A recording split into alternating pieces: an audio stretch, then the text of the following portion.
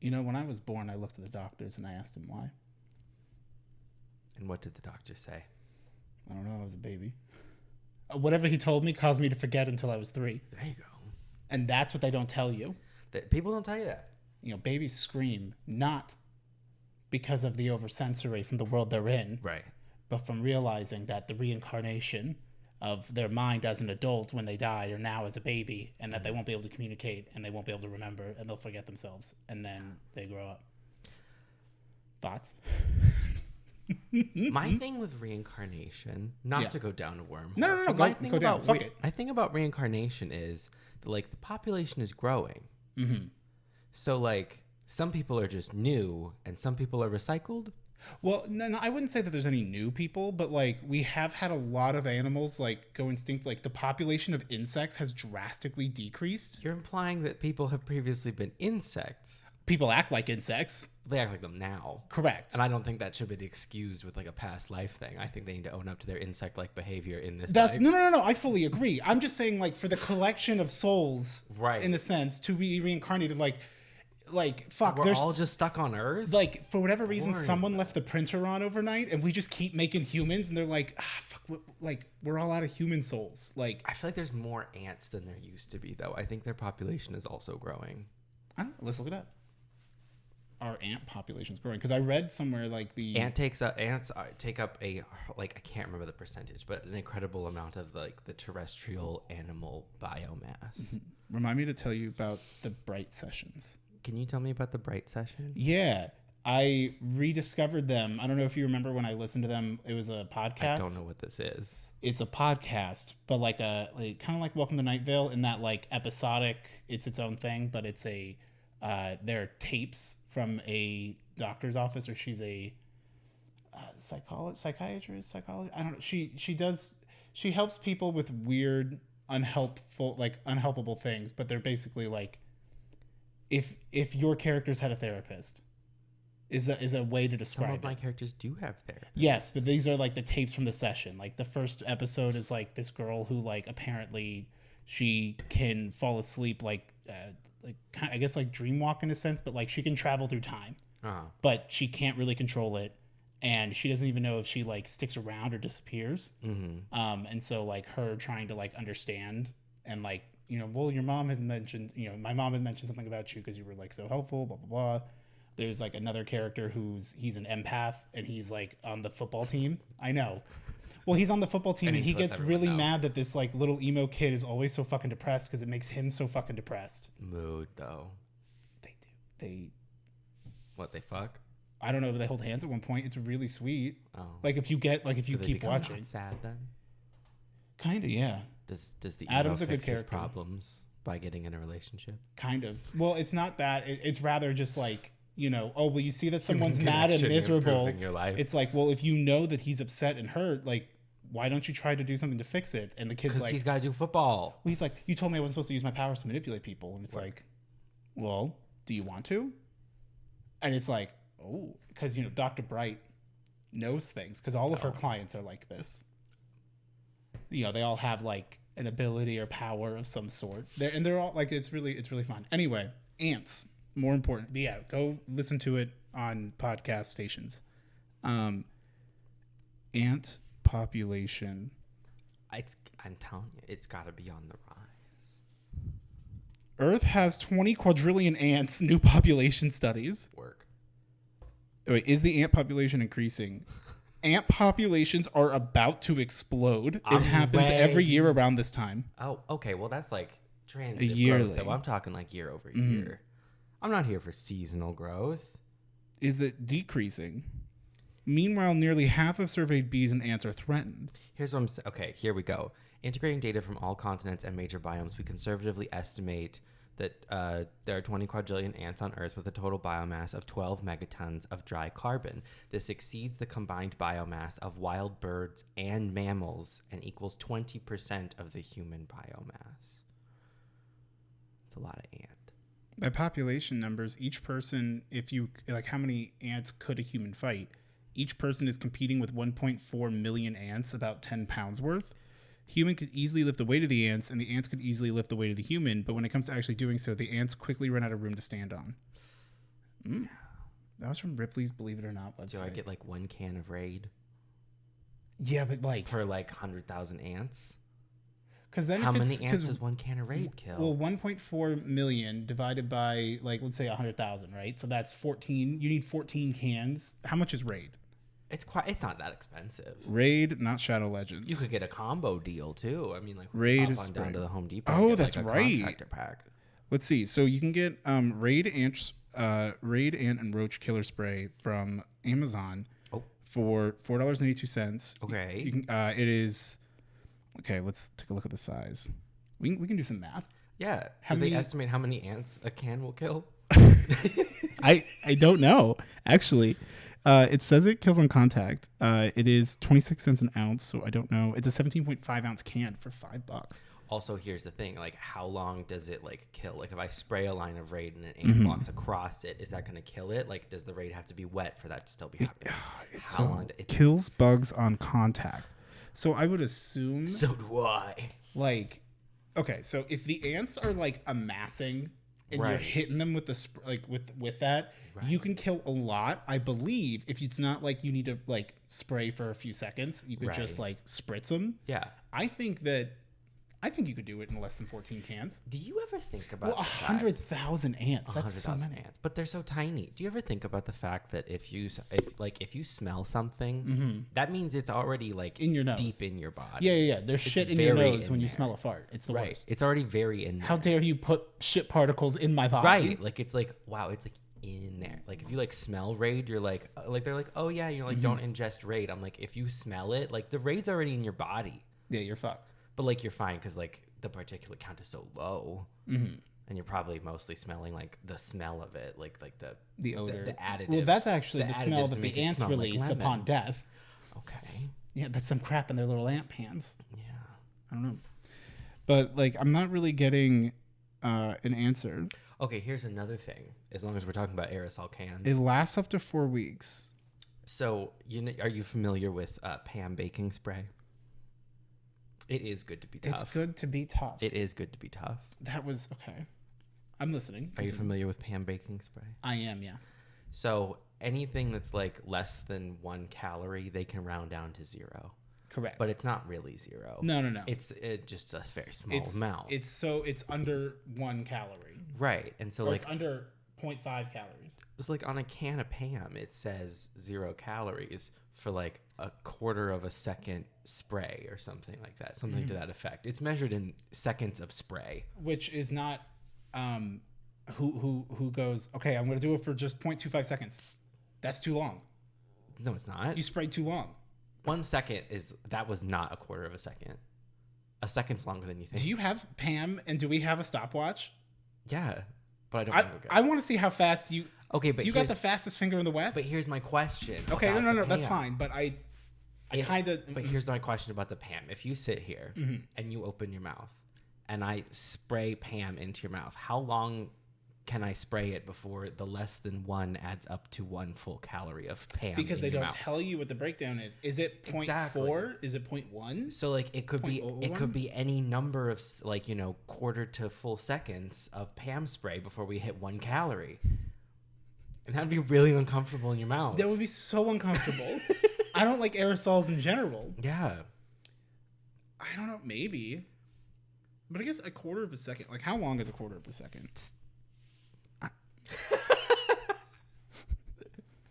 Okay. I'm gonna do a stopwatch. I'm ready. So I'm gonna start it. Go to quarter seconds. We'll see. And you're gonna and I'll stop it when you ready. Go. 0.31. I'm really close. Do you think we can get it?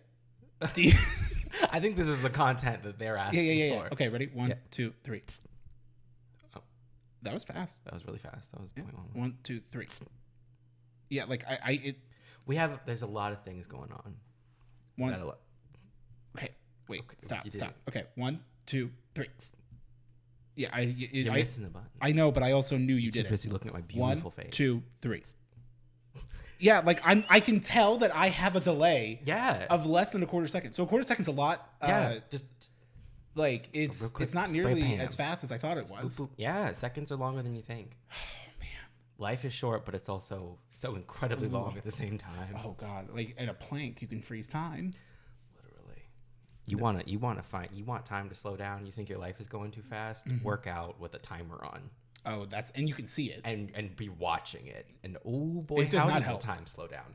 No, it does not help. So okay, yeah, okay. Well, hello. That was a great episode. Bye, guys. Bye. Ba-dum-bum-bum. Hello, welcome to the Hell yeah podcast. We're your hosts, you with the most, and you beast with the least. Fewer. One might. Farther. Further. Hung. Hanged. Ice cream. Scooping. Shitting. Pooping. Quaint. Oh. So what's new, bitch? Dead Space fucking came out. Oh, hell yeah. I definitely was like, oh, I'll probably get it. And then you were like, oh yeah, I'm like about to get ready to play at like Thursday at like 10 a.m. Mm-hmm. I went, okay, I'll buy it and play it, or at least some of it on stream, so that like we can have some stuff to compare about, because like that's free content, baby. That's free content writes itself. Well, that's $63 content, baby. Easy. Mm-hmm. So what do you think? I love it. Did you beat it? Absolutely not. How far are you? Chapter 3. I think I didn't end up playing it for that long. Like I got through. Yeah, I'm on chapter 3 because I'm in engineering now. I think I just started chapter 6. I got through new arrivals, intensive care. I just finished Hewll. I'm into course correction.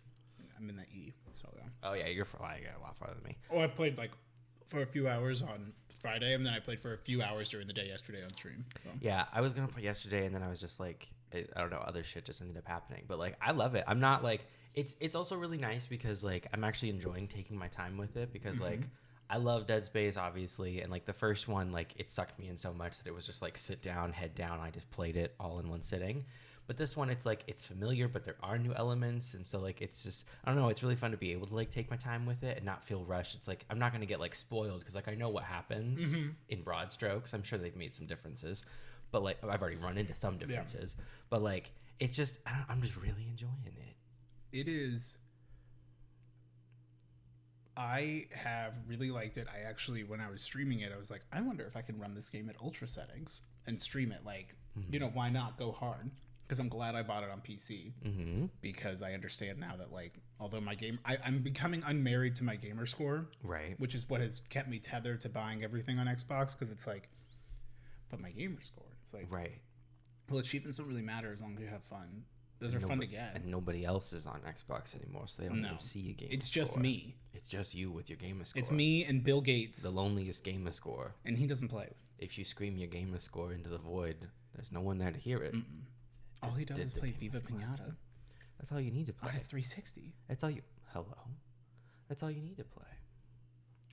They're Hewll lights. I think they're just like cycled, but yeah, it's weird because they've never done that before. But anyway, like Viva Pinata is great. Yeah. I've heard it's good. But you gotta keep a little patch of real dirt, because then much later when you get the Dragonache, you gotta put it on unfinished dirt, because then you get the special gold Dragonache. But you gotta plan way in advance. Like you have to already have known that was a thing. You have to keep a nasty section of dirt, because you can never get dirt back. Because if you turn that into grass, it's grass forever, baby. Even if you dig it up? Yep.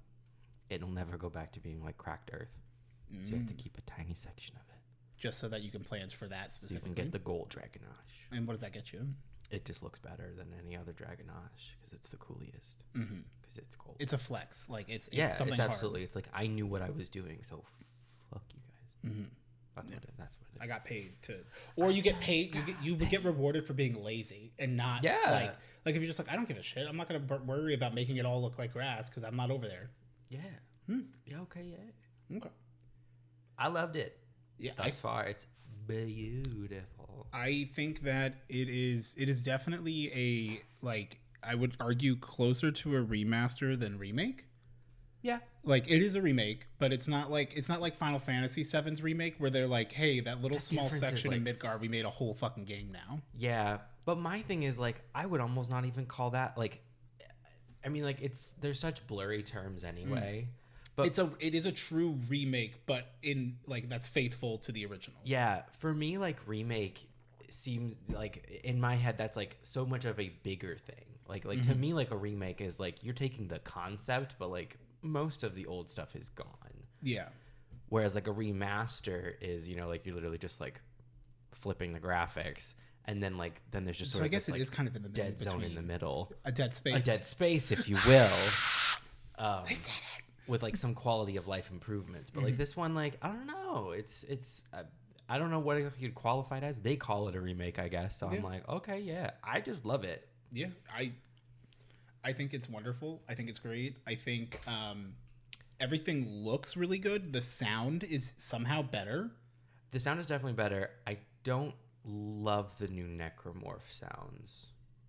The actual like sound of like the slashers. Some of the sounds are cooler. Leapers, I think, sound cooler. The babies, I think, sound cooler. Slashers, they made them a little more just like, and I'm like, I don't know. Oh, I didn't notice, but I also haven't played like the original. I think I'm just like, and that you could be right. Actually, it could be that like I just haven't played the original in a while, and they could be pretty similar. I'm just on like high alert from Callisto Protocol, where I hated the enemy sound so much. That you're probably already predispositioned to. I'm focusing a lot on on that part of the sound design at least. So like it's definitely possible that maybe they actually sound a lot like the original. They probably do because most other things do. I'm glad that they kept some things literally the exact same, like that's the exact same sound. That feels good. The rig sound is the exact same sound. You know, like little things like that. Yeah, makes you feel like home. They streamlined a lot of things. Like you can go back, you can use the tram more. Yeah, which is cool. Like, and they have side quests, which I don't. Was there side objectives in the first one? Not really. No. No, like this one is like you have to go into your journal to go do it. Yeah, but like you see a hologram of Nicole. More about Nicole. Yeah. My piece of advice as being slightly further is when you get those, just typically like see if like click on it and see where it wants you to go, because sometimes you do have to go to a different area, but like I had to backtrack because I realized I could go, and I'm like, I just left medical, I'll go back to medical. Yeah, I don't love backtracking in games. So like as soon as I reach a point where like when you're first like fixing the tram and then like you go down to where like in the original game a leaper spawns, and that's where you actually like run into them for the first time, but then in the remake they stalled that to when you go back to the flight deck. When you're down there, there's a door that like it's the first door that you where it says like security clearance necessary, and then I was like, oh god, I was like, I'm sure I can't get that now though, and that's going to be a thing where it's like you have to go back, and then so like I did look it up to be like, is that what it is, and it was, and I was like, okay.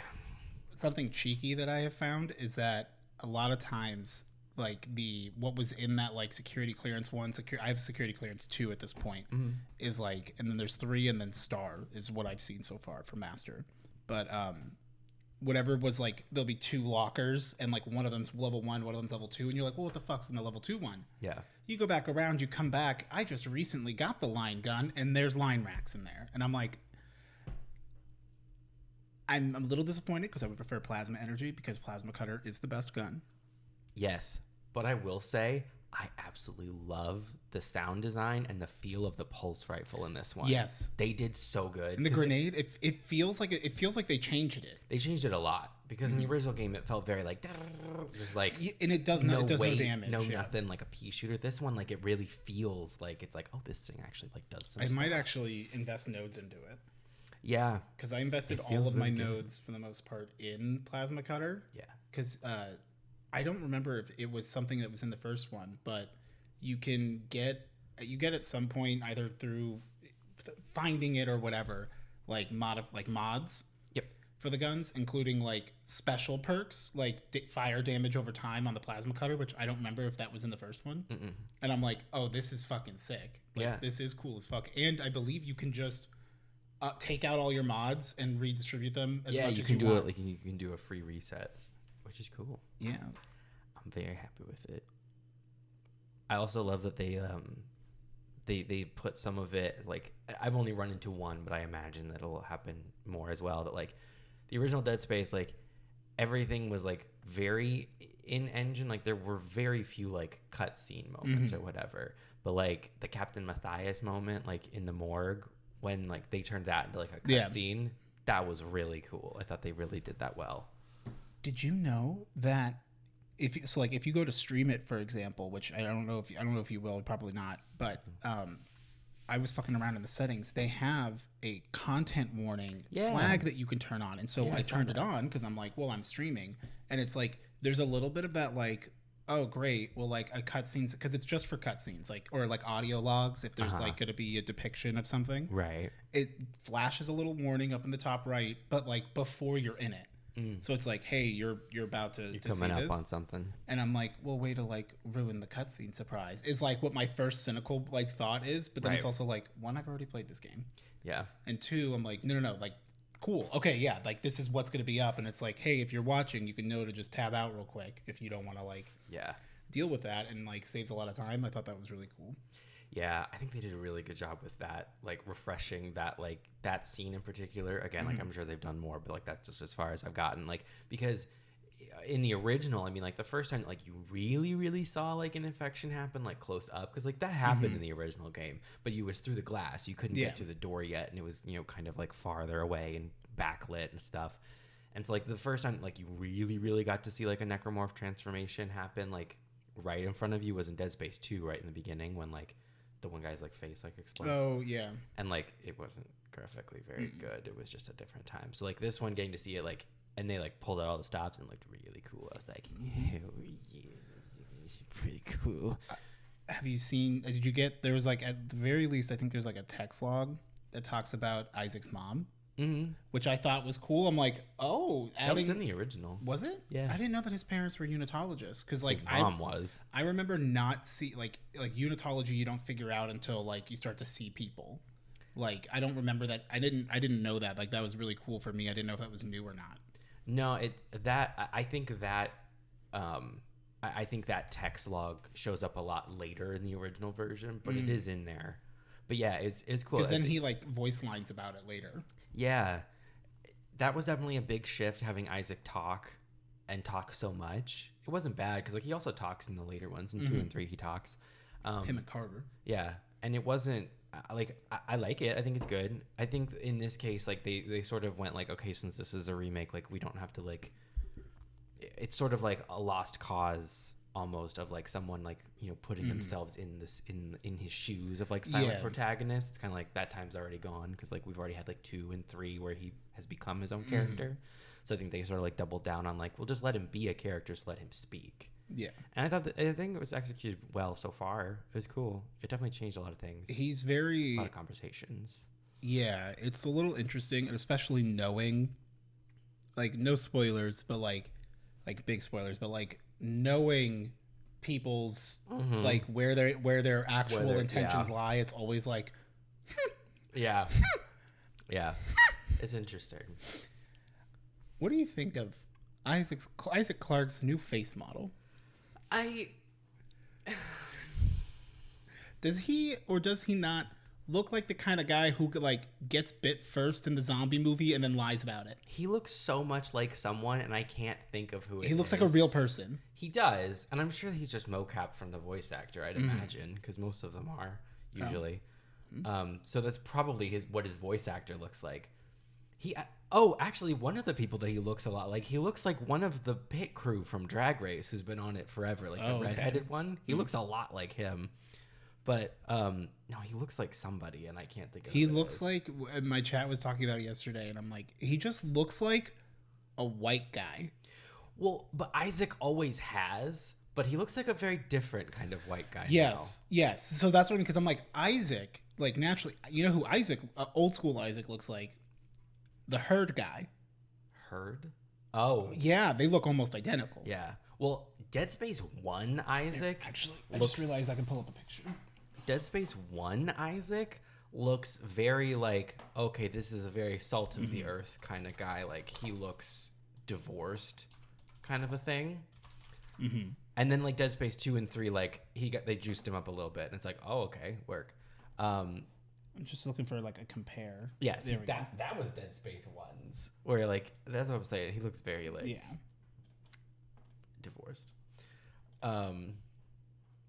But yeah, the new one, it's all right. It's fine. It's all there. right. It's there. I mean, like, it's definitely different. He still looks very like average white guy, very like everyman. It's interesting. I will say I don't really. Left is the new, right is the old. Yeah. Just for context here. I will say I don't really. I think as a voice actor, he did good and everything. Mm-hmm. And maybe it's just a so far thing, but like I feel like we're already kind of far into his characterization since, like, I mean, spoiler alert, things happen to him. But Hammond, well, not Isaac, that guy who's doing Hammond's voice. Oh, okay. I really preferred the original voice actor for Hammond because like he gave it a little more juice, and like this one, like the performance just feels a little flat. Like it's like he's just talking. Yeah, like seems a little soft for Hammond. Right, like Hammond was like more of like a tough guy kind of thing, and he was like your archetypal, like, I'm from the company, the military esque. And like he's sort of like the original voice actor I thought really like brought more of that, and then this one it's a lot just like flatter, which is weird because it'd be one thing if like they shifted it to where like he is just a little bit like less emotive, like whatever, but like so many of the voice lines are the same, so like you'll like read the line or like on the closed caption or whatever, it's like, oh God, like that's Chen or something, but like he's just kind of like, oh God, that's Chen. And I'm like, yeah. I'm like, you just watched something really horrible. You know what? You're not really giving me anything. It's funny how differently you and I see things, because I remember I just got, like, I remember, like, was that Chen? Holy shit. And you see him at one point in like a pod. Because now all the chapters are blurring together because like I played it all at once. So I'm like, I don't remember what I saw or you saw. But like, I remember seeing him. He's like, is that Chen? And I like, my first thought was, are you still on about this? Yeah, we saw him. Like, it's him, dude. Disbelief. Also, you just shot him off in an escape pod. Where's that going? Oh, what are the ramifications? Yeah, I don't. Well, I know that I know. Right. I don't remember where it goes, but I'm like, oh, you don't? No. Where does it? Does it go to Earth? No, it gets picked up by the military ship. Oh, is that for ignition? No. It's for Dead Space. How like later in Dead Space, you're like trying to like you like start to get a hail from like the military ship that came to help because like you finally get like your emergency beacon going, and then they're like on the call and they're like, hey, we found one of your life pods, we're gonna crack it open on the way, and like Daniels, or that's her name, right? Yeah, she's like, no, don't open it, like, or whatever, but like they're like, oh, communications are breaking up, we can't hear you, but don't worry, we'll be there in like an hour or whatever. And they open up that escape pod, which is why by the ship crashes into the Ishimura and it's already like infected. Yeah, and that's where you get like the Twitchers. Oh, that's right, the fast boys. Yeah, because their stasis modules fuck up and go in reverse and make them faster. That seems based too. They should do that more often. For us though, for humans. Yeah. My biggest gripe though, aside from Taylor's dad being the main character, which there it is. Like he just like he looks like your friend Tiffany's dad. Yeah, everyone also looks like quite a bit younger, which is not a problem. Except I feel like Isaac and Nicole were both now older at the same time. Of everyone becoming younger, they got older. Right. Isaac is like, I don't know. I think he looks like a little bit younger than I think he looks younger than Dead Space 1 Isaac. I think he looks older than Dead Space 2 and 3 when they mocapped the voice actor. I think he looks older than that. Yes. But I think he looks younger than that version. And then I guess the version of him that I think about is like, because he took his helmet off like once or twice in the first one ever. In the first one, you only see his face literally at the very end or the very beginning. If you spin the camera, you can see his face at the very like initial cut scene. And that's it. Yeah, so like you barely ever see him in the first one unless you like know to look. Like, put the cool ass helmet back on. Put the fucking helmet on, beach. Yeah, no, but I agree. Nicole, much older, which is fine. It's totally fine, like it, but it's weird. It gives her much more of like a realistic role too, because it also is a little less creepy because original Nicole was very young looking, and like original Isaac was like quite a bit older. Yeah, she definitely looked like mid-20s at most, and like they've been divorced or they're not divorced. No, they're together. Yeah, they are together. Yeah, for now. They were just long distance. How long a distance would you say? Planets away? Well, you might. Damn. But yeah, and then it's funny too because then like in Dead Space 2 they aged Nicole up and then like aged Isaac down and sort of met in the middle. But yeah, Nicole definitely looks a lot older in the remake. Isaac looks, I think, a little younger than like original. But then Daniels and Hammond both look much younger. Hammond especially. Hammond was like, he was supposed to be like, I don't know, like he's in the original version, he came off more as like a world weary kind of like, you know, seen a lot of shit, like, you know, and sort of brought that attitude. And this Hammond feels very like young and fresh off the cuff kind of a thing. Yeah, a little bit. And a little flat. But I think maybe to make him more likable, because like maybe knowing where the story most likely will go if it stays as true as it has been, like this makes a lot more sense. But maybe that's also biased because I know the story, so it's like I'm like, oh, like I'm seeing things that like I wasn't supposed to see the first playthrough because you don't know. Yeah, I mean, like some of the questionable decisions he makes and everything make more sense from like a like a younger perspective, like a less, you know, experienced perspective. So like I could get that, but then they didn't seem to change his backstory much, and they did change some of the other backstories. So I'm like, if they would have gone in that direction, I think they could have. I don't know. It's fine. He's not bad. It's just it's interesting because like I feel like a lot of the other actors are like really like, you know, really got swinging for the stands, and he's kind of like, oh, yeah. But maybe he'll like, you know, maybe he'll juice it up as time goes on. This game is a 1 out of 10 though. In what regard? You don't get. You can't find Pang yet. Oh, there's always Pang. You gotta find Pang. I forgot about that. It's not in the same place. Oh, I was looking and I couldn't find it. Also, the cheat codes don't work. Oh, there were cheat codes in the original? Oh, you didn't know about the cheat codes? I never played on really high difficulties. Oh, you didn't even need to. So there was a bunch of like, if you pause and do button combinations, like there's some to give you like some free conductors and nodes. And then there's also, you can refill your stasis, which you need to do if you want to like beat it on like the hardest difficulty. Like there's just no way. But remember the shooty asteroids part? Yes. Where you get to shoot and you're like, pew, pew, pew, pew. No. Did they take it away? You're outside. Oh. And you have to like calibrate the guns, which is what you were doing the first time. At least as far as I remember. Yeah. There's a lot of stuff that as the game has gone on, I'm like, this is completely new. This is like fully new to the remake. And then I'm like, oh no, it's not. I just didn't remember right. Either way, it's still a good time. Still great, and it feels fresh to me in my goldfish brain. So spoiler alert for this, because I was using a controller on my PC, which made it so much more comfortable. I was like, I'm not even gonna bother. I don't do the perfect marriage for anything. I do for Fortnite and Destiny, but that's it.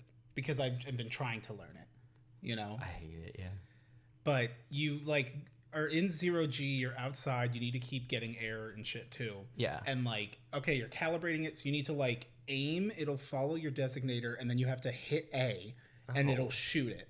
So you have to like shoot like 5 or 6 for each of the guns. Yeah. Like targeting, just looking and targeting at asteroids while you're in like free space. Gotcha. Which like so a lot less railgunny. A lot less railgunny, but like getting that like the Han Solo reference achievement of like when you're just like pew, pew, pew, trying to get like I forget what you have to do something specific for it, but it was really, really good. Yeah. Okay. Well. Yeah. Yeah. Yeah. Yeah. But yeah, so sorry for a mild spoiler, but like I too was like, because I was like, oh, I'm so excited, I can't wait for the asteroid part. I'm like, why aren't we doing it? No, but like when but yeah. So where's my shoot my asteroid? Where's my shooties? So when I texted you, when we were texting, when I was like partway through the game, and then you were like, is it like a remake or a remaster? And I was like, I don't know. I was like it's something in the middle. I was like, but there's already been stuff that like I've done that, you know, like I definitely didn't do in the first one. So like there's some changes there. And then I it was then after the fact that I realized I was like, wait, no, like, because I was like, oh yeah, you definitely don't go back to the flight deck. I'm like, this is new. No, you do. And then I looked it up. I was like, oh no, it's not like the person. There isn't like there isn't like a person still in the ship, and you don't like go in there and talk to them. Like that's new, because like in the original, you know, like they don't have that thing of like the person who like broke their ankle. You don't like go in and talk to them. So like, but in my head, I completely forgot that you go back to the flight deck. Oh, because so you go, it blows up and you run. Right, and like I had forgotten that was a thing. Like I remember that like the ship blew up, but I thought it blew up way later because of like Terrence Kine or whatever. But then I was like, oh wait, no, that's not the Kellyan that blows up at that point. That's already blown up. That's like an escape ship from like the... How do you remember all of these things? It's genuinely impressive. But I also don't remember so much stuff. I literally was like, I've never been back to the flight deck. What a lovely place to be. I didn't even know they added a whole medical station to this. This is crazy. Well, it was, but I literally had the moment I was like, I know you go back out to the flight deck kind of like when like, you know, at the very end, and that's where like you get the Pang statue thing and everything. I was like, okay, yeah.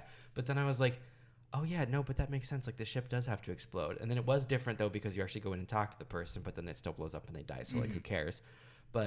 And then it wasn't until the moment when like the ship blows up and falls over, and then like the things start like attacking you on the flight deck. I was like, oh no, I've done this before. Yeah, I remember that part. I was like, I remember this. Okay, it worked. It's so much. It's crazy. It's really good. Everything blurs together for me to where like, to me, I'm like, I could never tell you like levels or names, but like, okay. Yeah, I remember that. In some capacity. Well, it's weird too, because like, I have this memory in my head of like the order of the game. And so for me, I was like, I know that like one of the first things you do is go to medical. Like I remember that. That's like an early thing. Also, they changed some things. Like they changed the way that like you get stasis. Because in the original one, nope, not stasis, kinesis.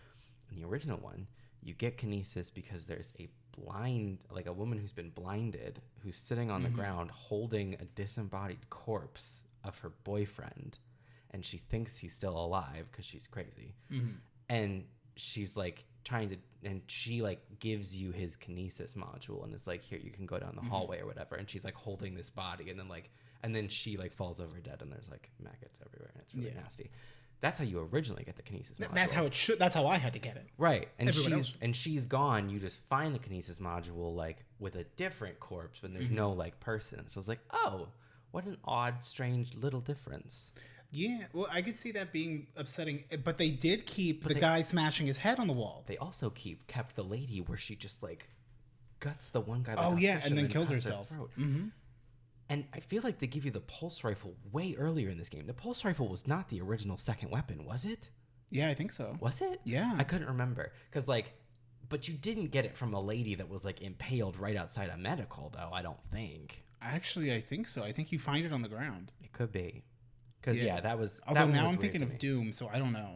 I don't think you got it there. I thought you didn't get the pulse rifle until the military levels went... Because they are equipped with pulse rifles. And the thing was that, like, no one on the Ishimura had pulse rifles. I could be remembering that completely wrong. Either way. Really? Because the sheer amount of pulse rifle ammo I've been finding begs to differ. Which, if you just sell your pulse rifle, then you'll only get... You can't. You can't? You cannot sell any of your weapons. I thought you could.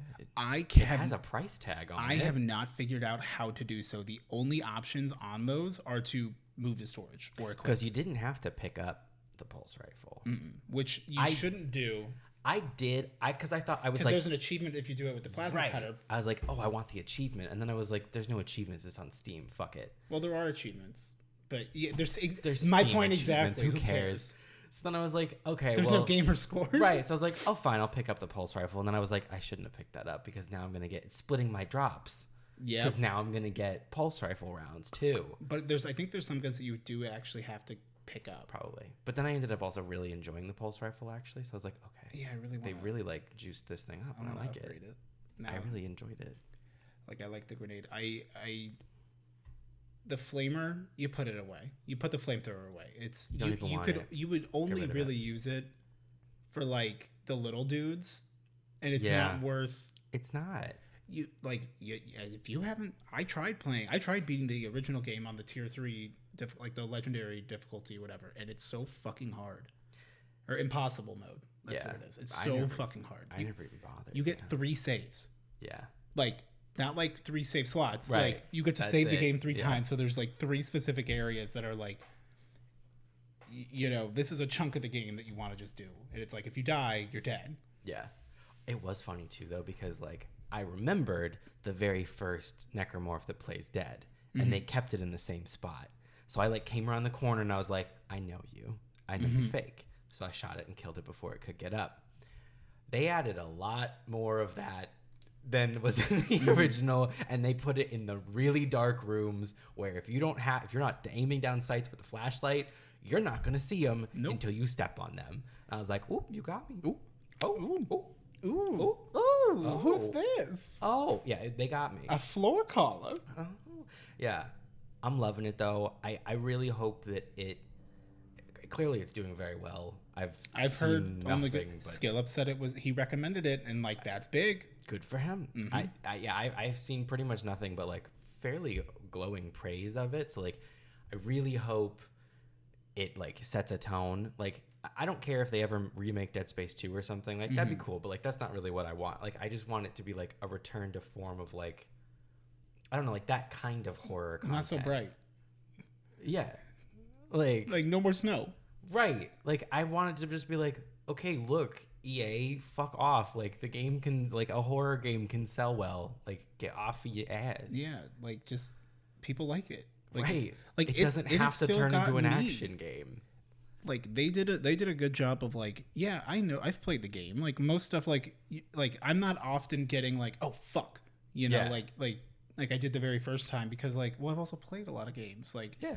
But like, there's times where it's just like, oh shit, like fuck me, god damn it. It did get me a couple times, and just because it was like people new are stuff fucking or it stuff up. I just didn't remember, and I was like, oh, like there was this one section where you literally just like, you know, like you do like the boop to know where it wants you to go, so you go the other direction, and like I did that, and there's a hallway with like, you know, some like shit piled up in front of an open doorway, and I'm like, there's something back there, I know it.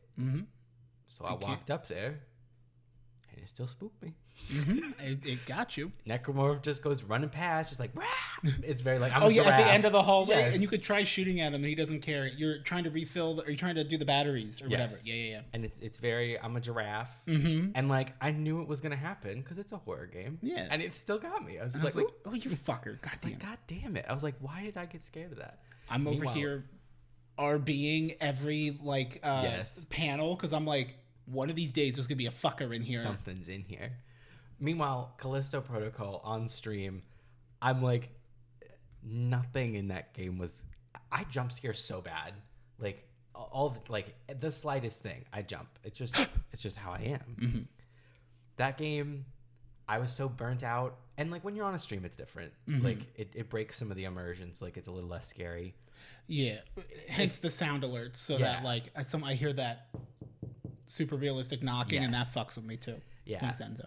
And so like I just sort of like in Callisto Protocol, like there's this one point where like you're in some kind of a medical area or something, and like there's a box in front of you, and it's like you bend down to like break into the box, and the whole time I'm like, something's gonna happen. So like you break into the box, don't do it. You get the thing out of the box, and then you stand up, and you're standing in front of this like foggy glass panel, and so then like a guy like jumps against the panel and is like banging, and just like a musical stinger and everything. It's like, bah! And I just sat there and I was just like, no. I think I literally said it, like hopped up, and it was just like, it's so weird to watch back because I'm just like completely flat. I'm like, no, and then just keep walking. Whereas like usually I'd be like, ah. Whereas like Dead Space, it got me jumpy. It got me a little jumpy. But there's some like the music is really good in Dead Space, especially in the remake. Like there's parts where like you keep coming back to like the same. I think in that area there's like the main hub where there's like there's the store. There's a store over here, and then there's like a middle section with these kind of rounded windows with yellow screens, and then there's like engineering. I just got there, but yeah, it there's like a hub. There's like three ways. Yeah, you keep coming back to that hub, and like there's times where you come back and there's people in there, and you got to fuck them up, and there's times there's not.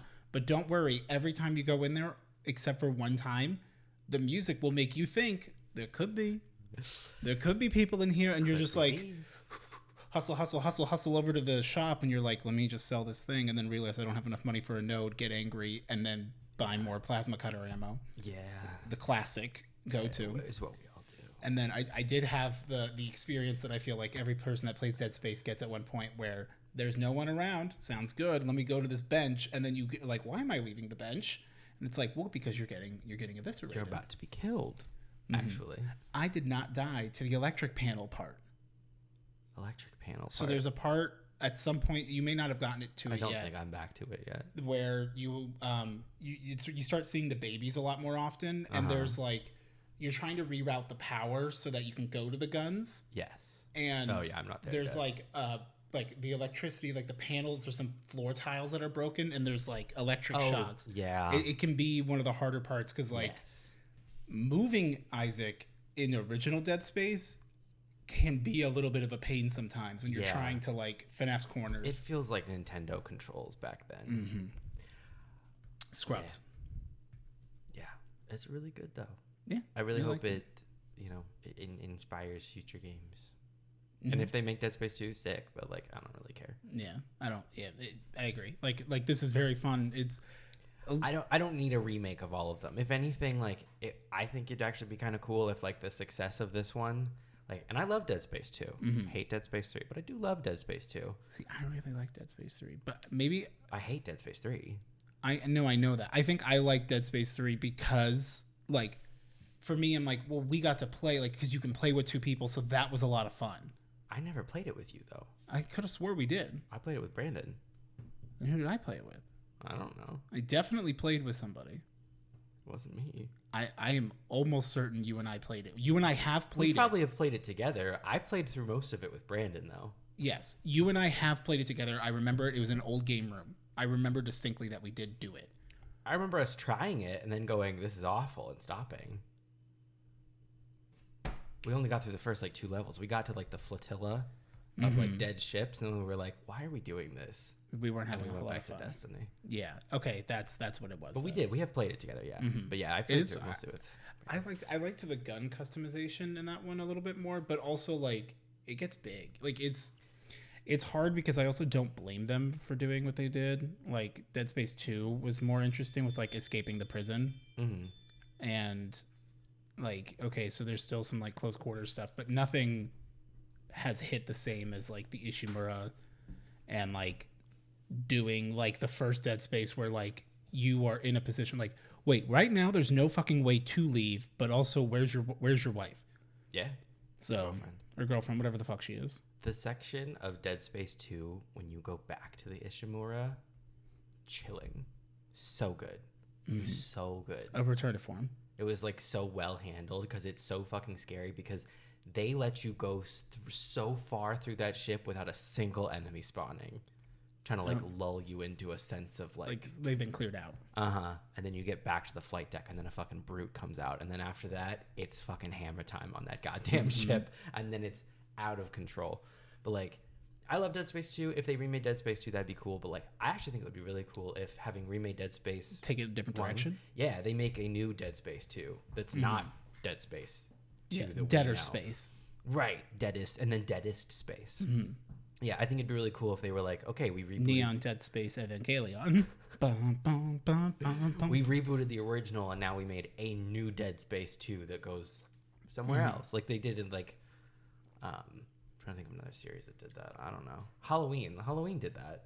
Yeah, like Full Metal Alchemist. There's 2 different animes because the original outpaced the manga, so they just went with it. So there's did you watch Full Metal Alchemist or did you watch Brotherhood? There is a difference. Yeah, I think that'd be really cool. Because Dead Space 2 went a little more action, but I still enjoyed it. And then Dead Space 3 really went all in on action. Which I don't think is bad in the universe, but I think maybe that would have been more of a spin-off. Okay. I think that could have been better as a spin-off than as a main title event. But so if they ended up sort of going in a different direction that kept a little bit more of the isolated horror elements, I think that would be really cool. But even if they don't make another one ever again, I don't care because this one's pretty sick. So yeah, it's it's just fun. Yeah, and it scratches all the itches of a single player game where you can upgrade things and you can get your own power spikes, but it's not abilities so much. So it's it's not necessarily that there's a better build, but you can have a lot of fun with it. The exploration is very fun because I'm going to go opposite until you realize, well, you can only go so far opposite direction because you'll need something in that direction. Yeah. But you have the freedom to do a lot of that. And I also really just it's got like the right amount of text locks. Like it's like the original Dead Space, and so far with the remake, none of it ever feels bloated like a lot of games do in some capacity. Yeah. Like there's not really there's no crafting bench. Like there's a workbench, but like it's more so to plug in the nodes, It's and just you for can upgrades. see. Yeah, and you can see everything on the map at once, and it's like, and if you get those upgrade, like the actual like mods for the weapon, it'll open up the branches even further, and you can like choose your path to get there based on what you prioritize or to fully load it, and like that feels really good. Yeah. And just like killing shit feels great. Yeah. Using your abilities, like telekinesis. One thing, if you are new to these games, the guys with anybody that has a claw, can rip it. Like either try to shoot it off or pick up one that's dead, and like you can use it to kill them or damage them a lot. The fight where you have to cryogenically freeze the big dude to just because there's no other way to do it. That was the quickest I've ever done it, and it wasn't even like I was trying to be like a big brain about it. It just so happened that like the pathing I was taking, I was like, oh, okay, yeah, well, I'm gonna keep doing this. I'm like, oh, I think I gotta freeze him. That's right. What do I do? Well, oh, he's there. Okay. Yeah. I love it. I'm very happy with it. I can't wait to play the rest of it. Yeah. I'm excited. Also, I'm so glad that it came out. Obviously, they didn't plan this, but like I'm just so glad that it came out so soon after Callisto Protocol. Yeah. Because Callisto Protocol I think it was supposed to come out earlier. Like I feel like I'd heard about it for a long time that it was coming, and so I was like, this will scratch my Dead Space itch. Okay, like I'm going to be ready for when that happens. And then I was shocked at how fast Dead Space, the remake, came out. Because like I remember... I could have swore like 6 months ago you told me they were doing it, and I was like, oh, that'll be cool. Yeah. I pre-ordered Callisto Protocol, and then like at that same time it was like, do you want to pre-order Dead Space? And I was like, I don't know. Like, what is that, like 2024? And then it was like, it's coming in January. And I was like, what? Games don't happen this fast. And also, they made like, and he was like, he just came out. Like Isaac Clarke, like they just put him in Fortnite, and already they have a game out about him. It's crazy. They made him like a real thing. Yeah. It just seems like the turnaround was so fast. Like I guess probably they just didn't like hype it up super far in advance, which is the best thing to do.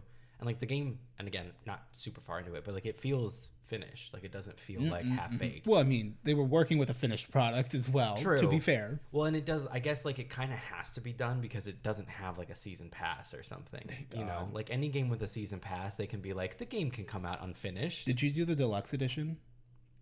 Yeah. Oh, see, because I was looking at it, I'm like, what is the difference? I'm like, what is my $10 purchasing? And it's from what I can tell, it's just a physical cosmetic difference. That's it. Well, I bought like the limited edition. Oh, you bought like the one that comes with a human-sized Dead Space helmet that you can wear. Oh, that's sick as fuck. Do you have it? No. That hasn't. They send you the digital code, but that hasn't shipped yet. Got it. But oh, I was like, there's just like the $10 more version, and it's like just cosmetic. It has skins. But I don't think those are actually like better suits at all. They're just not. skins. They're just cosmetic. Which is why I'm like, I'm also, not going to spend like $10. My exact point is like, you could have got me, but like that's it, and like that's not worth it. They're cool, I guess, but like I'm here to play the game, so like I want to like feel like I'm in the game. And like it's really weird to have Isaac walking around in a suit where like he's half infected and like his entire torso is missing. Like it's like, oh, that's cute, but like there's no immersion. It looks stupid. Like it looks stupid. Like maybe for your impossible run, right? But like for your actual like original run where like I'm trying to like keep myself in the headspace of it, I'm like, this is stupid. And like, although I am wearing like the black unitology suit just because it looks exactly like your normal rig, but it's just black. So I'm like, okay, that cool. Still feels like that's in game. That seems kind of worth it. That still works. And have you upgraded your suit at all yet? Yeah. And it keeps it like it doesn't like de-upgrade your suit? No, and it doesn't, but it also doesn't like change in appearance. So like it looks like what I imagine. It's like a level 5 suit in black basically. And so then like, and when you upgrade your suit, it tries to switch you back to the other one. But then if you switch back to the black skin, it keeps the upgraded armor and yeah. It's just a cosmetic because like that's what it is. I wish they would upgrade make those upgradable. Yeah, or at least I get why they didn't, but that would have been a really cool thing. The upgrading your armor always is like the coolest, because if you've never played it, like Isaac, he's just an like in this game does a really good job, the remake, of really like selling him as an engineer. He's just an engineer. Like he's not like a warrior by any means. Like he's just a dude. He's like, I know how to fix shit. Right. He's like, I can get the engines going again. But we'll probably need to do this and like MacGyver it, like, but that's just because he's, duct tape and WD-40 are his two primaries.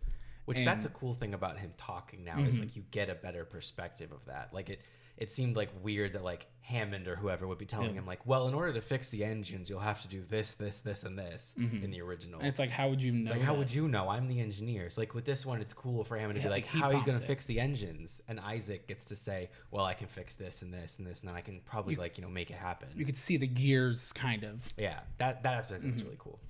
The suit though, like, when you first you're first starting out, like it's just like relatively simple. There's some like metal and stuff on it, and then every upgrade you get, it like fills out more like metal and stuff, and like not like robotic by any means, but like it just like it's a very very distinct visual difference where you're like, I am now better. Yes. Like, which I think the big thing about the rig, updating your rig, is you get more inventory space. I think it's like, and a little more armor. Yeah. So like your health decreases slower. Yeah, less damage per hit on a base level. But that's something I always really liked. This game's so fucking cool. It's really cool. That's the only thing that I don't like about using like a cosmetic suit is that like I love the way the helmet changes at every level, and so like, and they did actually modify it a little bit. Like the level 1 armor like doesn't like the helmet looks quite a bit different in the remake. Because in the original, the whole thing was that like it has as many stripes as you are level. Oh, was kind of the vibe. So it only had one at first. So like level 1, like it's kind of just like one like green mass with like no like lines over it really to make it look like there's like just like not much armor on it. It's just like kind of like a faceplate kind of thing. And then 2, it switches to like now you have like 2 bars. 3 is like the iconic Isaac one where you got, and then they did 4 where then you have 4, and then 5 is the max suit, and it doesn't actually have 5 slots. It has like 4 and then like 2 lines. 2 verticals or something. But yeah, it's like that was another cue of like, like looking at the suit was supposed to, looking at the helmet is supposed to tell you like visually like what level you're at, which is cool. And just like the limited HUD of the game. We've talked about it before. Like the health bar on the back is the sickest shit. If everything feels like you're literally over his shoulder just walking around. I normally am not the biggest fan of third person games. Same. But like Dead Space has it all. It's third person done right. Where like being in third person helps it feel immersive, because like a lot of times that can make you feel like you're outside of the game, that you're sort of like observing it. Like sometimes they make the camera too far away from the person, and like, or they make it like too close where it's like the bottom left of your screen. This might as well be first person. Yeah, because I'm just literally propped up on his shoulder. Do you want a collage? I'm good. Okay. Yeah, very very well executed. I'm very happy with it. I can't wait to finish it, but I'm also in no rush, which is a cool feeling. Yeah, I've been having a lot of fun playing it on stream, and I'm like, this is not necessarily what I had like planned, because I had forgot it was coming out until you like, I saw something on Twitter or whatever, and then I texted you like, oh, were you getting it? Because like if you were gonna be playing it, I'm like, I gotta play, so we have something to talk about. Well, on like the 13th or whatever, something around then, I was over at Brandon and Taylor's, and Carrie was over there. And Carrie was like, did you like Dead? He's like, you like Dead Space, right? I was like, oh yeah, I love Dead Space. He's like, oh, did you like it? Did you have fun? And I was like, what do you mean? He's like, well, it came out. He's like, I figured you would have like finished it by now. I was like, it didn't come out. He's like, yeah, it did. I was like, no, it didn't. And then like, he got me.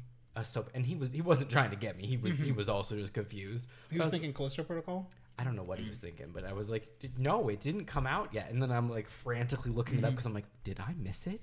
Like, did I somehow miss that? And then I was like, no, it's not done. He's like, oh, okay. Okay. He's like, well, are you excited? I was like, yes, now that you gave me a panic attack. But yeah, it was a good time. Hell yeah. Well, I love that. Yeah. Okay. I have big news. Yeah. What's your big news? I have big. You are. I'm making a mess. The news is you're making a mess. So, I have made no illusion. What's wrong? I took the hair off. It's fine. Oh I've made no illusions about how much I love the Monster Angus Thick Burger. Mm-hmm. I've spoken. They have all the ingredients. I've spoken at length. Exactly. So I was like, you know what? You're going to make it? I want it. Mm-hmm. And I know you can't keep them from me forever. So Carl's Jr. has an application. A phone application. Oh, okay. I'm like... I applied for a Carl's Jr. You worked at a Carl's Jr. only so that you could make yourself one. And then I walked the fuck out day one. No, but can you imagine? Anyway, so they have a... Yes. They have a digital phone That's application. such a vibe. Okay. Digital phone application. And within that application, you can do all manner of customizations. Oh. Of an order. Can you make yourself a Monster Angus Thick Burger? Funny you should ask. Okay. So I went in there and I was like, okay. Phone app, manager phone app. Let's look at, like the classic Angus burger or whatever. So I went in there and I went for like classic burger, minus tomato, minus onion, minus pickle, minus everything. Mm-hmm. Plus an extra burger, plus extra cheese, plus extra Swiss cheese, plus mayonnaise, plus ketchup. And bacon. Plus bacon. And I ordered that. How much did it cost you? $14. Which I guess, yeah, that makes sense. It's Not that bad. Mm-hmm. I am listening, but also apparently things are not going well with the transition. Oh. Because today was transition part 2 Electric Boogaloo. Let's see if we can do it this time. Got it. Okay. So I put in this hell order, and like as a person well known for my anxiety, I was like, I would never ask for this in person. Like if the situation is that I have to go up to a countertop and say to an underpaid individual, hello, I would like you to make me this hellish customization thing. I would be far too embarrassed to do such a thing. Mm-hmm. But through the neutral wall of an application, I'll try it. So I did it. And then I rolled up to the Carl's Jr. And then they let me process the order. And I rolled on up to the Carl's Jr. drive-thru. And I was like, hello? I have an order for pickup. I have an order for pickup. And they were like, okay, what's the name? And I was like, Eric. And they were like, oh, hold on a second. My heart hits the floor. Did you go to the one? I'm like, I've been found. You went to the one that's closer to here than closer to me. Correct. Okay. That one I don't have as much experience on, but they didn't fuck me over with the chicken sandwich. So I had never gotten a Monster Angus Thick Burger at that location. Do you have the I burger? Went to. No. Oh, okay. No, I already ate it. I'm getting ahead of the story. I'm sorry. I get that, and they're like, and I'm like, I have an order to pick up, and they're like, oh, okay. I'm sure that's weird. They don't get it often. Right. And they're like, oh, okay. We'll pull up to the window. And so I'm immediately like, cold sweat breaks out. I'm like, what's wrong? And someone already pulled up behind you, so you're fucked. Yes. I'm like, they're going to like yell at me for this horrible custom order that I didn't want to do, but I just wanted this burger. So I pull up or whatever, and she hands me the drink, and she's like, it's just going to be a second. I was like, oh, okay. So like, it's actually not a problem. Everything's fine. Mm-hmm. Time keeps on ticking mm-hmm. into the future. Waiting. There are cars ticking piling into up. the future. Yes, there are cars piling up behind me, and I'm like, can you guys just tell me to go pull up ahead? I'm the problem. I'm like, please, I just want to leave. I don't even want the burger anymore. Like, can I just drive away? It sounds like they didn't even bother checking so to see if they had an order from online, and then they said, just a moment. Literally, I don't think they even and it said the order was ready. It pushed a notification to my telephone to let me know the order was ready. The lie detector determined that was a lie. A fucking lie. I'm sitting in this drive-through for like 5 or 6 minutes, which like I'm not mad about like the wait in terms of like it takes time to cook the food, but I'm having a meltdown in the drive-through because I'm like, this is my fault. Time has stopped for you. There are people behind me. They're mad. I'm sure they're not even thinking anything of it, but I'm sure that they're mad. They're just like, oh fuck, they're like busy today, it's a or busy like day, or like there he must be short picking staff up for the office or something. But I'm like, was this during the work week? No. Okay. But I'm actually yes, it was. But I'm like, I'm losing it. I'm gonna lose my freaking marbles. I'm waiting for her to open the thing and be like, did you really order this? Like, I'm like, oh God. You thought you could cheat the system, ho. We know what you did. So then like they finally open it and she hands it to me. She says, have a good day. I'm like, okay, thank you. Drive away in a panic. get all the way back to my house because I'm like, I don't want to eat this in the car. I want the right experience. I'm going to get home. I get home, crack open that cold one with myself. It's not cold. It's very hot, actually. Busted open warm for yourself. And they put a sticker on it that said promo. And I'm like, they know what I did. They know. Someone back in that kitchen knows that I'm trying to make them make me. Because they have all the ingredients. Exactly. Because they had a sticker that said custom and a sticker that said promo. And mine had both. And I was like, they know what I did. They know I want a Monster Inc. Sick Burger. Do you think it took so long because they had to contact legal? To see if they were allowed to dispense this burger. Like someone from Black Trucks or Black SUV showed up and they're like, we got to like sequester this kitchen real quick. But when I tell you that all of the panic was worth it, because that was the best burger I have ever eaten in my entire life. Better than the actual Monster Angus Thick Burger? Yes. This was the best Carl's Jr. burger. This was the best fast food burger. This was the best No qualifiers. This was the best burger I've eaten in my entire life. Whoever was back in the kitchen that day, we'll suck them off. I would fillet them. Mm-hmm. Yeah, okay, cool. Yes. Because like this, this was such a gift. It was the best thing I've ever eaten, and I was just like, I need to gratify you in whatever way that means whatever to you, way works for you. Because the level of gratification that I've received here. Wherever you need me, whatever direction we gotta go. Call me, beat I got me. you. If you want to reach, no, call me, beat me. If you want to reach me, you're like Kim Possible. I'm ready. It was so good, and I have not gotten one since because I was like, it's gonna be a downhill battle from here. It's very Little Caesars. Mm-hmm. You gotta be careful. Like once the second pizza's not, it doesn't hit. No. And so do you feel like, are you willing to get that burger again, knowing that there's a very strong likelihood that it will not be as good? I am willing to take such a risk. But now, how much self-control have you been practicing to not do it because you're like, I need my refractory period? When I tell you that every time I'm tempted to eat anything, I'm like, I've got the app. It's a saved the order.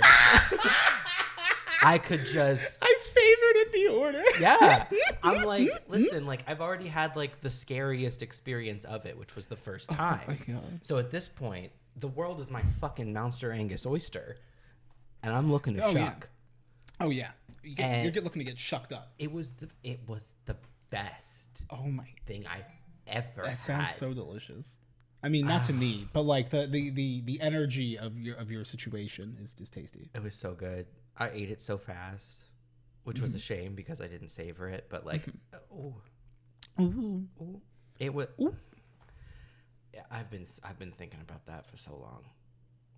The entire Dead Space conversation, you were really just thinking about the Carl's Jr. burger. I have to get to the burger. It was so good. I can't wait to talk about it so I can think about it again. It was so good.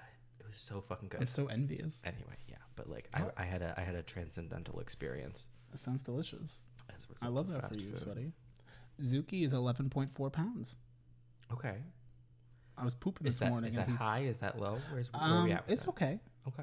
Male cats typically will weigh anywhere from like 11 to 15 pounds on average. Okay. So I'm like, so he's on the skinny side. He doesn't look it. No. Well, that's why I'm like, but he's also like 2. Right. When does a cat stop growing? Wait, does he turn 3? It's got to be by 2. How long have I had him? I think he's turning 3 this year. Probably. Yeah. So he's pretty much at like adult size. Like he can have a little pooch. That's fine. Right. He's got his little carry on with him. He's saving it for later. Yeah, because I have been worried. I'm like, is he gonna get too fat? Right. But I'm like, no, he's fine for now. I'm like, in worst comes to worst, I just like restrict. You just cut back on the diet part. Right. But I try to just keep note of like, okay, I filled up his food bowl today. When will I do it next? Yeah. Because it's not always every day. Yeah. But. Yeah. Okay. Yeah. Mm-hmm. Yeah. All right. We have one package. If you want to go to package time. Package time with the boys. Ow. Yeah. Did you see that image I sent to the Divinity group chat yesterday on Discord? Which one was it? Should have only been one. I'm sure I did, but I mean, I need. Oh, it was. reminder. I think it was like press Z to spend time with the boys. I was playing Stanley Parable last night. Yes. And like, Yes. it was just one of those like funny things that came up, and I'm just like, I gotta send this to the boys. Yes. And I was gonna wait to send it, but then there was something else I wanted to screenshot, so I needed to like Clear the cache. exactly. I hear you. Alrighty, so we got a package here from a Miss Alexis. Cool. So that's cool. Package time is brought to you by. Tell them the sponsor of today's package time. By our regional manager, Pack. Oh, Pack. He's a good guy. Yeah. Or they're a good guy. I don't know. Yeah. Tell us about Pack. What Pack? What's his product? What's he hawking? What his last name's Age. Packet. Yep. I will remove you from this timeline. I did more unsavory sick burgers in the other timeline. No, but I'm gonna be really honest. You got me on that one. I was like, Pack? What the fuck is this? I'm like, Pack and Play? What is this? Packet. Who's ready to party and play? No package. I'll pack no age. Oh. Nope. Oh no. Oh no. That's- no. Don't fuck with that. You can open this package. I gotta go pee. You got a reoccurring situation. Stop! You need to stop telling people to remember it. You better stop. You better stop. It's not my fault. Yes, it is. It's literally not. You said the things. You don't need to repeat it. What? You will. Okay, so we got a postie card. Oh, this one's filled. I'll be there. I'm gonna read my postcard. Okay. Thank you. No one cares. Yeah, you seem too sweaty. Stop. Yeah. I'm warm. Yeah. Yes. This is a train on I'm Havan Pass. I'm sure I said that poorly, and I apologize deeply. From Lexi, helper of mankind of. Okay to read. Okay, good. Yeah. Oh. You are my favorite storyteller, not just because of the world you've created, but because of the friends I've made in your fandom. Thank you. Oh, that's so sweet. Well, thank you very much. And I love a good locomotive situation. How kind of you. Thank you very much, Lexi. Appreciate. Come read your postcard. Okay. I already read mine. Okay, I'm coming. Wow, you're behind. Unitology. Oh. It is one of my favorites that I keep at your house. Which I realize is very funny. In a sense. Ooh, these are from Vietnam. Yes. Okay, from Lexi. Helper of mankind. Of. Yeah, I don't know what the second of is for. Mine had that as well. Helper of mankind of. Helper of mankind of. Oh, that's funny. Got it. Let's see. This says, the spaces you make, the podcast, Twitch, Discord, etc., are so amazing and welcoming because of you and the energy that you put out and attract. Thank you. Thank you so much, Lexi. Okay to read. Oh, and they're all boats. Eyes of the ship. Oh, they're all like, oh, these are the boats like in Vietnam. That's really cool. Hell yeah. I always want to go to Vietnam. Seems like a cool place. Yeah. Thank you. Okay. So, that's for you. Odie, Eric. This says This got bits. to split and or share. Which means we won't. No. Lick it and split it. Well, just split it and lick it. That's what. Oh. Yeah, it's a lot worse. Oh. But split it and lick it sounds, or lick it and split it makes sense because it's like alphabetical. Right. But like in order of operations, I came to the realization recently in a game of Fortnite that it should be One split should them split and it before one licks splits it and licks it. Yeah. Yeah. Oh. Oh my goodness. Oh. Wait, I can't eat this. Oh, okay. What are they? Baby squids with crispy fried fritters, made with real baby squids. Oh, fun. But I can't have that. Oh, that's right. Because it's shellfish. Squids count as Oh, shellfish. thanks. Yeah. Yeah, mine are cereal prawn chins. Made with real prawn chins. Let's eat them on the video. So I get to eat them on the video. Let's eat them on the video. It only seems right. I got a nice bookmark. Okay, this note. There's like a coin on it. Happiness. Healthy. Healthy. Or is I this, definitely need every bit of help I can get. I don't know if this is like a bookmark or is this like a award? I don't think it's an award. I think it's a. No, not award. Like ward. Right. I think it's meant to encourage the whatever it says. Mm-hmm. I think this is like happiness and healing. Encouraging of health. 1 AP. Yes. Encourage. In which case, I very much appreciate that because I need all the help I can get. All the help. Help. Health I need all the health points I can get. I don't like eating things with faces on them. If you eat the face, then it doesn't have one.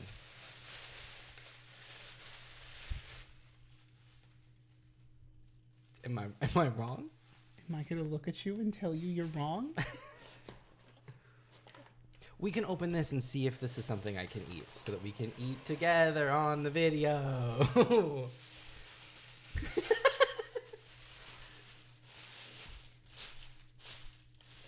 What's that? Hot chili squid.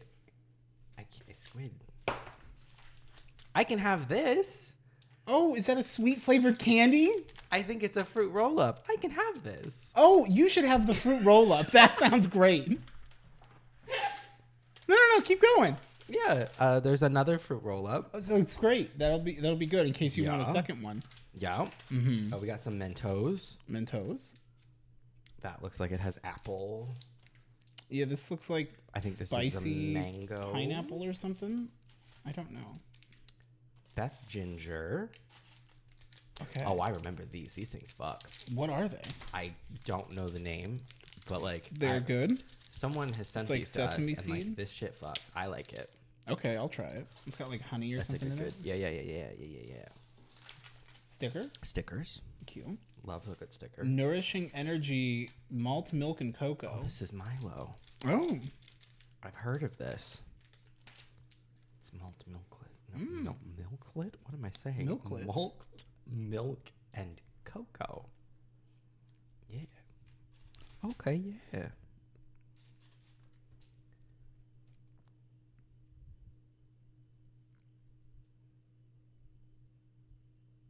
Oh.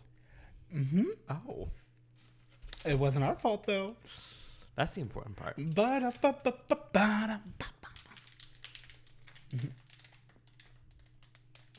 Time to try. Yay!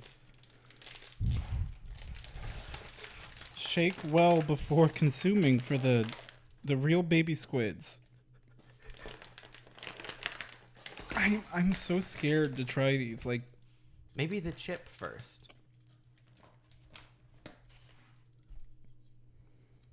I don't like anything hot. You don't need to shake the prawn chips. Or prawn chin. It's a chip. Mm-hmm. That smells delicious. Tastes even better. Does it taste like strawberry? It does. This one tastes like sweet and spicy baby squid.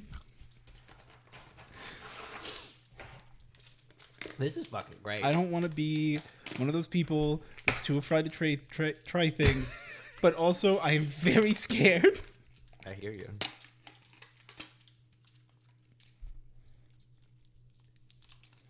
That just smells like Pringle. Yeah, smells like some sort of a heated Pringle.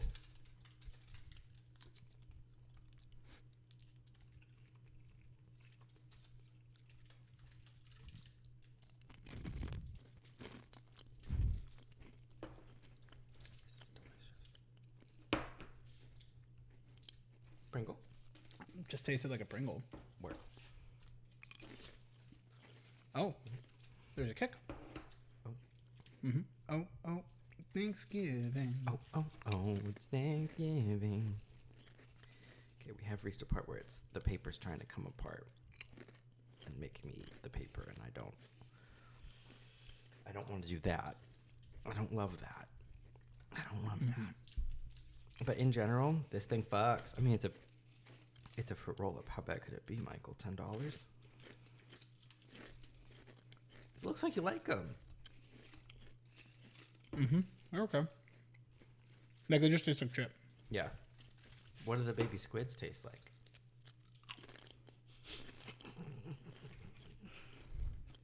You don't have to eat it. You had the chips. They have eyes. On the drawing? Yeah. That's not a drawing. That's a picture of the product. Oh. Maybe that's like... Maybe they're just like the gumballs on like a Tweety ice cream. Our love affair snacks are created with the ultimate goal of transforming your all-time favorite dishes from jumbo group of restaurants into tasty finger-licking snacks to munch at home with your friends and family. A true blue Singapore snack to be proud of. Okay. They take their food very seriously. Every pack of snacks stays true to the original flavors you find at our restaurants.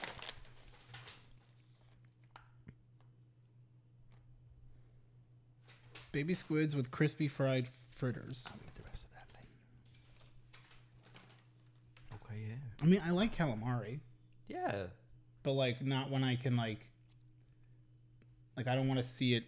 Like, I don't want to eat a fried, like, little octopus that's, like, still clearly a fried octopus. If I was in a position to eat one of the two, which I can't, but if I could, I would probably try that one over that one. The prawns terrify me. I can't get down to clown with that. I'm not gonna lie. Prawns, like generally, like with the faces and stuff, like that shit scares me. Yeah, like I would still have reservations about this. I'm not trying to like play myself up, but I would try this if I could. But I genuinely can't. But I appreciate the sentiment.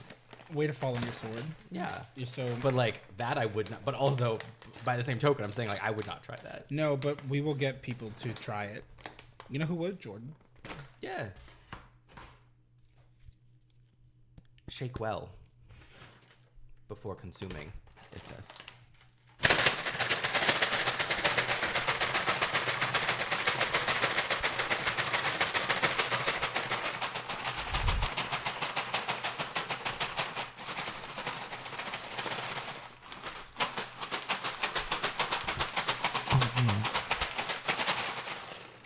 You like that?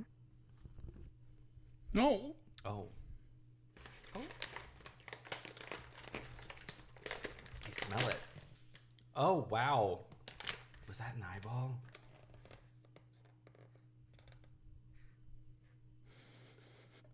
What's wrong? Are they looking at you with the beady little eyes?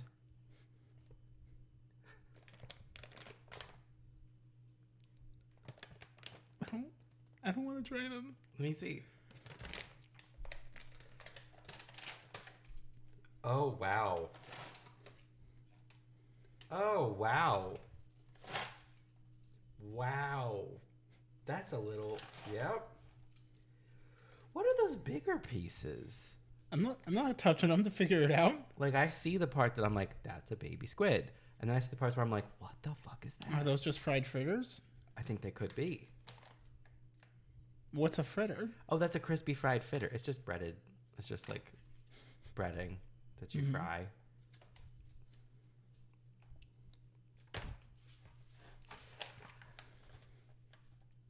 It really does just it's right there. It's just a little baby squid. You don't have to eat it. I don't think I will, but like I want to be clear that it's more so because like especially once I open the bag, it reminds me of what I found in the pool filter when I first moved, where I found 2 dead baby birds, which is just fucking insane. And it never happened again, but don't worry, I panic every time. I'm like, there better not be birds in here. Yeah, there was like a baby bird that like died on the front porch here. I will and keep I these. think it's gonna be another one. For now. as I'm gonna work up to it. There, I have until August 15th. Yeah.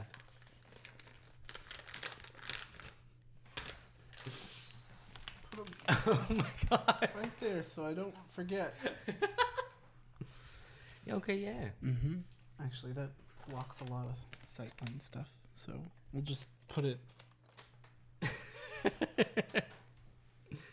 These were good though. Yeah. Yeah, I don't normally hate squid flavoring. Like it's the, and it's absolutely, I understand that like more of like an American thing, Which is a cultural thing in general. Yeah. Like I just like being like weirded out by stuff like that. like I like stuff that got faces. I'm sure there's stuff that we eat that weirds out other cultures too. Like what? Burger? Monster Angus thick burger, probably. No, I'm sure that would scare someone. we do eat ass in this country. Yeah, but I think that's a bit of a universal. We've talked about this. Do gorillas eat ass? We've already. I wonder what country on earth eats the most ass per capita. Per capita. Mm-hmm. Ass cap. Probably like Denmark. You know what? I don't know why, but that feels right. It just seems like a place where everyone's like just down to clown, and the also, proportion like, clean of and like it's cold. There's not much else to do. Proportion of ass eaters to population is also seems like a good mix. Right. Like like Denmark seems weirdly, like dense with ass eaters. With ass eaters, yeah. Any fans of any pig hogs fans of the pod in Denmark? Do you eat ass? Sound off in the comments below. Do you eat ass? Do you find that many of your compatriots eat ass? Do you lick the forbidden treat between the cheeks and find yourself not wanting? That part. I do all the time. I don't want it. Thank you. Yeah. Thank you very much. Mm-hmm. Thank you, Lexi. It's very sweet. I will work up the courage to try those. That fruit roll-up was funkin' delicious. It sounds delicious. I might have to get drunk and then try it. I need courage. Yeah. You need to be encouraged. Encourage. Okay. Questions, correct? Question time. Question time. What was the question time? Oh, why do we always forget it? It's the I mean, the original is just question time. What is it? No, but it was the that's why I love quit. Can we, for tax write-off purposes, get one of the big clappers that you see for like the music, like Christmas music shows? Right. Yeah, but it's a big. It's not a whip, but it's just like it's a clapper, but you can one-handed it and then make it like. I got to do it in one of our band presentations. Oh, that's cool. You play drums. I was percussion. That's so cool. It was one of the only times they didn't make me play the xylophone. Mm-hmm. I feel like you would play the theremin. I don't know how to do that. Actually, I don't. I don't feel like you're... I don't think I could get down with that. It seems a little imprecise, and I think it would bother me. You're too clean for a theremin. Yeah. Theremins are played by dirty, nasty, rotten people. Covered in feces. No, that's not... That's what you're saying. No, that's not what I'm saying. Those are his exact words that came out of his mouth. That's not... Roll the tape. Don't... Jamie? Stop. Do not pull that up. Pull that shit up. Oh, God. You know what would be funny? I'd love to hear it. Is, like, having, like, a secret, quote-unquote secret image on the screen where the hype logo is. Right. For, like, a secret bonus, like, third camera that they can't see. That's just right here where we have just a little green screen to where you can't see it. But then it's like, pull that shit up and we could just, like, with the layers and stuff, just, like, suddenly there's the thing right there because it's green screened in. And we pulled that shit up. We did. Yeah, but we could do this and it would just be like a middle finger in front of the hype. I don't care. I don't care, but it also wouldn't make sense because it's not like we're angled. Right. On a flat wall. Right. All right, question time. Miss Raptor asks, question time. Yes, Eric, hello. I asked what the Thanksgiving song was in your stream, and you said something to the effect of, you don't want to know. And I need to, because when doing some cleaning the other day, I hummed just that part and then said out loud, you kidding me, please? Because at first it sounds like the beginning of a medication commercial. I don't know the actual name of it. It's either just called Thanksgiving or like the Thanksgiving song or something. Yeah, like that. I will pull it up. It's Well, we can't play it. We might get flagged. No, I won't play it. It's by the same like group that did Friday by Rebecca Black. It's another one of those. It's not Matthew West's Gobble Gobble. I know that. And it's just a girl singing about Thanksgiving, and in fairness, that you hummed just that part. That's about the only part I know. I don't remember most of it, but it's just oh, it's Thanksgiving. And it's like mashed potatoes, yeah, and turkey, yeah. Mm-hmm. It's a horrible, horrible song. Like, no disrespect to the girl. I mean, like, more power to her. I think it's Nicole Westbrook's It's Thanksgiving. Yep, it's that. Yep, Nicole Westbrook, It's Thanksgiving. Oh, Thanksgiving. It's very much in that same wheelhouse of It's Thanksgiving, Friday, Hot Girls We Have Problems It's Patrice Wilson. It's that. I believe his name is. Yeah, it's that kind of thing. Yeah. So, provide a service. Enjoy.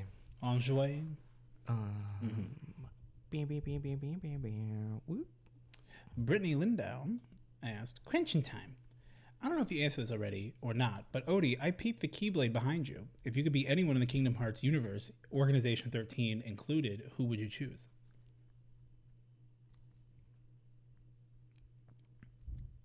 I'm trying to think of who the best is. Roxas is based. In the beginning. And he's red-haired. No. Isn't he? That's Axel.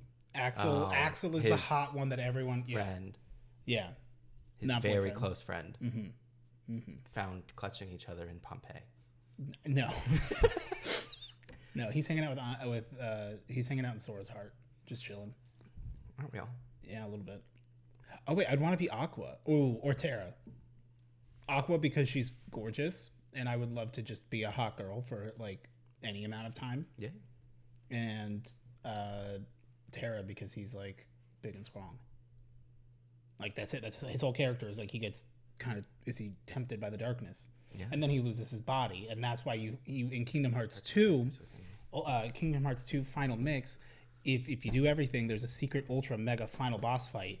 This was before Birth by Sleep came out, where you fight this armor called, like, this knight called the Lingering Will, and he, like, at one point is, like, hitting you, and he can turn his Keyblade into a car and hit you with it. Okay. And you're like, what the fuck? It's Terra. Terra gets Norded to become one with Xehanort, and, like, Xehanort takes over his body to become Terranort, and his soul is not allowed in his body anymore, so he has to, like, he just inhabits his old armor. Is the best that he can do. It's kind of cool. And Eric, I don't know if this has been answered before, but I know that you said your favorite teacher, or that your favorite character of yours is Milo. If you had to choose or could choose what character from the entire universe you can be, who would you choose, Imperium included? Certainly would not pick the Imperium. Mm-hmm. Don't want to be there. I'd pick Sweetheart. That's Milo's mate. Because then you get to be with Milo. And also you get to be an incredibly powerful stealth where you can turn invisible and phase through things. And then you could steal money. Yeah. And hearts. Milo's only. It's always about how can I use this to steal money? Right, to have money. And then, like, I could be like, Milo, we're going to live a beautiful, beautiful life with all this money that I stole. Well, see, but the thing is like, when people do all that, like, where they steal money, like, I feel like it's like you now need to only spend that money on, like, incidentals. We have to launder it. Yeah. You have to find a way to get it back to you. Yeah. The options are there. That's IRS, baby. Yeah, I mean, technically there are listener characters, like, in terms of an actual character. No, but I think that counts, that counts, because it just says, like, it said the whole universe. They even included Imperium. Yeah. Yeah, so I'm pretty much that. Or, like, a demon, I guess, because then you have, like, unlimited power. I still, after listening to the finale, or whatever, where, like... The Imperium Cataclysm finale. Yes. Because all I see is, and I'm Sam, and you have to lick his boot. It's very fun. Okay, thank you. Okay, yeah. St. Cupid asked, it's the mom from Scarlet and Violet. It's a good mom.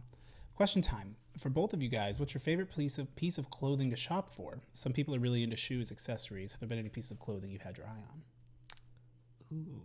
on? I have recently, in, like, the last, like, 5 years, gotten into buying shoes. Mostly just because, like, no matter how, like, like, your body weight or anything fluctuates, shoes always fit. Let's see how they look on feet. And like I like have an option. So like I've gotten into buying shoes. Still nothing like crazy though, because I'm like, their shoes, they're literally like on the dirty ground all the time. So like I don't really get like buying like really expensive. Like I already kind of you buy shoes and you wear them though. Like but you will wear them, and you're not like oh my god, stop, and you got to like clean it off. Like, no, shoes are meant to be worn. So like I already bulk if I get like like Nikes can get pricey, and then but like I'm also like, it's a shoe, I'm gonna wear it. So like sometimes they get like fucked and roughed up and everything, and it's like, well, you try to clean it. But yeah, I like shoes. I also like I have too many jackets, because jackets is another thing where it's like no matter what current experience I'm having, a nice jacket or sweatshirt, a hoodie rather. Yeah. I don't buy myself a lot of clothes, but I do really like hoodies, and I like I found like the jeans that I've been wearing, which I actually want to go back to Target because I want to see if I can get them like in blue as well to open up my options. But otherwise, yeah, I just like don't shop. I don't shop for clothes for myself at all. Like I still like, I've been thinking about it the past couple of days, so it is funny you bring it up, but I've been thinking about that fucking, I'm like, I really do want a fucking seatbelt belt. Like I'm so mad. I want one. Like a nice little checkerboard one. You can get them like, I'm sure they still sell them somewhere. Otherwise, for shoes, like Vans. Like I like my slip-ons. Yeah. So that's it. Okay. Yeah. Ken asks, for Eric, have you played Scorn yet? And if you have, what'd you think? I haven't played it yet. You haven't played Scorn? Nope. I've been meaning to get around to it. I've been watching a lot of videos from like this channel called Alien Theory, where he just talks about like Scorn. Not Scorn. He talks about Alien and like all those movies and everything. Oh, okay, yeah. But that's very much the art style, because it's all Geiger style stuff.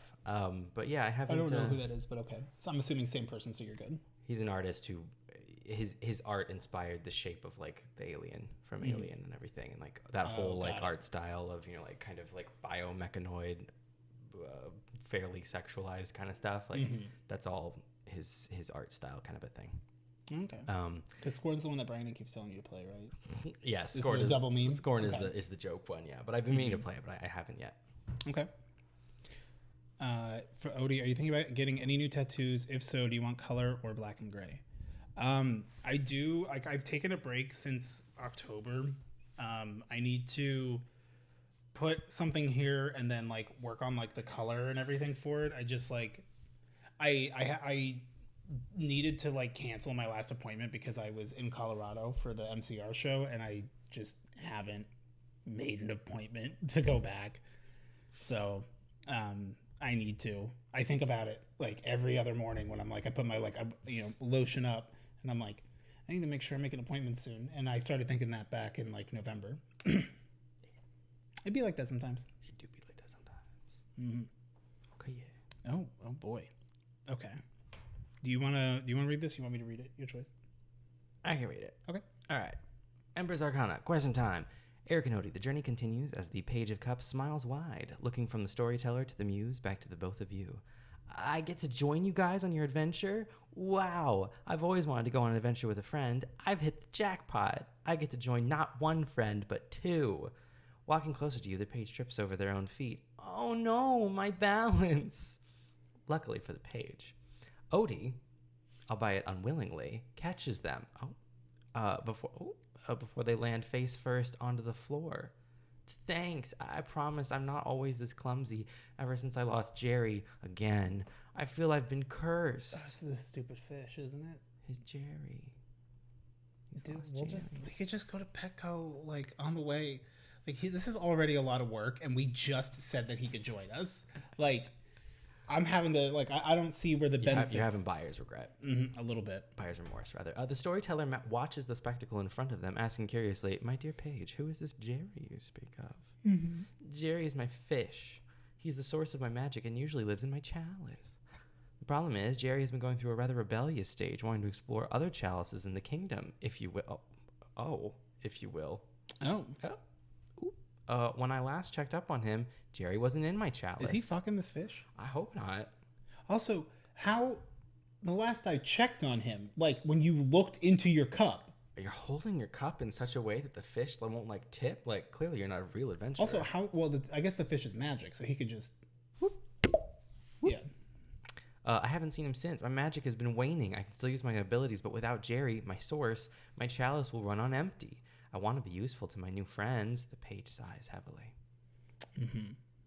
I see. The storyteller nods, turning to the both of you. I'm sure you will all have the opportunity to prove your usefulness to one another. Putting a small golden brooch in the shape of a mouse with red gems for eyes. No. Oh, no. No. The storyteller hands the trinket to Eric. The high priestess told me to give you this with the message of what was once lost is now found. Oh, no. No. I'm not sure what they meant, but I told them I would deliver this to you. This is hell. I'm trapped. Trapped in a reference of my own making.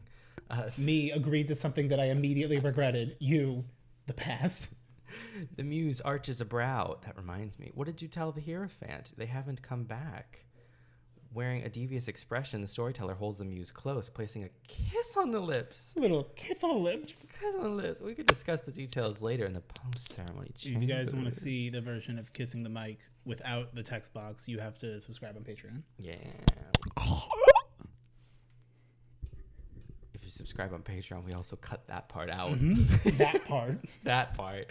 The page becomes flustered and chuckles nervously. I suppose we should choose where to go next. I have a map, if you guys are interested. I have some friends that can help us too, maybe.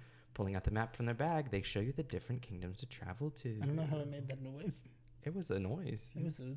You really... I squealed on that hog. You threw your whole voice into my whole throatusy into it. Your whole vocals. I did it right in my throatunda. Vocal cords. See. Oh. The choices are as follows. My vocal cord again. Oh. Never leave home without it. Travel to the Kingdom of Wands. Maybe the Page of Wands might have some clues for your journey if they stop staring longingly at their staff. Oh. Employees. Oh. Oh. That's also a problem, though. Yeah, but one's a lot less like... Well, I don't know. Is it? If one guy's just obsessed with staring at his staff... versus like that seems okay. Okay. It seems more okay than like longingly looking at your employees. Yes.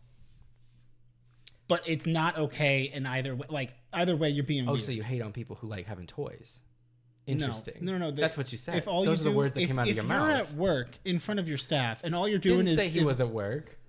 It's the Kingdom of Wands. Maybe he doesn't work. He serves the king. Who? Everybody. Which king? The King of Wands. Where is he? Not here. He's in the Kingdom of Wands. King is in the name. Right. It's a King of Wands. Where's the King of the Mushroom Kingdom? Lost. Oh.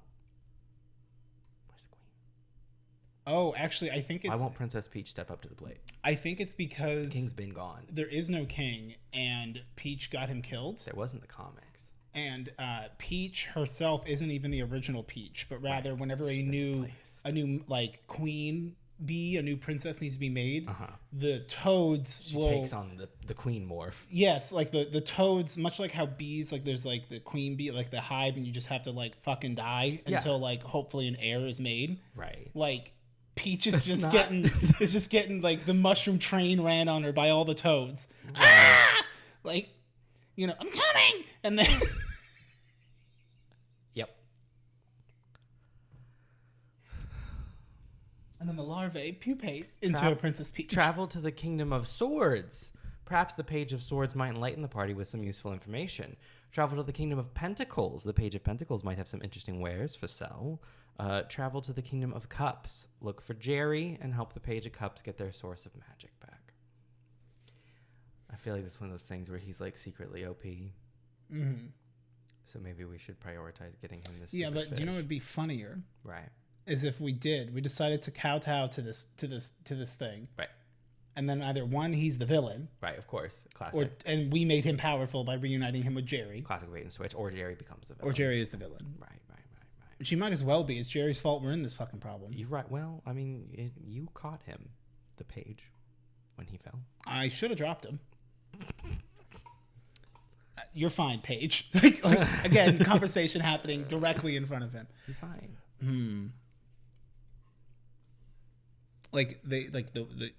There is a king of the Kingdom of Wands, the Wand King. Well, surely there's a king of all of the kingdoms. There should be. They're called kingdoms. Thank you. Well, there's a monarch of some sort. Because then it would just be the realm. Doesn't mean that the page answers to them, though. Paging Kingdom Wand. Wand King. Oh, Page. cool. His name's Hitachi. That was funny. Oh, I love the way they like cook right in front of you at those places. Isn't it great? And I love the Hitachi girls. Yeah. So, I don't know. Do we even have money? Like, we can't buy anything. We can sell him. You want to traffic a bitch? Well, no. We could sell his services. That's like sexual trafficking. I didn't say anything about sex. We have not even seen that he is fully functional. I'm talking about his abilities as a page. He falls and cries. People are into that. Why do you think Lasco does so well? Because he's a limp dick bottom, that's why. Jesus Christ. Am I wrong? His dick is not limp. Oh, I will be. Well, like, I mean, it is when you put it in the... I mean, if he spent enough time in the cage, you know. Well, he'll soften up. yeah. Why is this cage so sticky? Let's go to... Should we just fucking... Let's just make him OP. Let's go deal with him. Yeah. We're off to the Kingdom of Cups. Kingdom of Cups. Woo! Bitching and arguing the entire time about, like, there About has his to be purposes. the kings. Yeah. Turtle Pond for Eric. I don't know if this has been asked before, but you sometimes talk about sewing. When/how did you get into it? Is there any particular sewing project that you're proud of? So my parents, my dad in particular, like... John Dad. So... Your father, John Redacted. He's been sewing from a very young age. No, He used to sew 3 or 4 times for the family. A week for the family.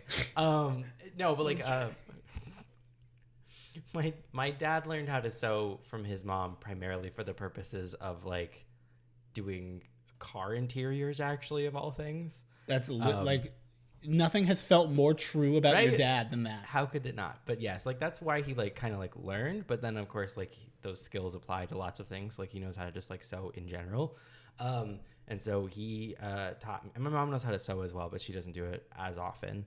So I learned from both of them. My dad mostly, and literally the reason why I first learned how to sew was because I wanted to make onesies for drunk escapades, and good enough reason as any. And yeah, I just sort of like learned it from doing that. It's a very forgiving process. You're making a giant oversized onesie, so like you got your pattern. It's stretched fleece, so like it's not that hard. Don't worry, you'll sweat in it. Oh, you'll sweat. I don't think there's a single one that you don't sweat in. Absolutely not. Like at least I don't. Cat Luigi is very thin, so like I rarely sweat in that one.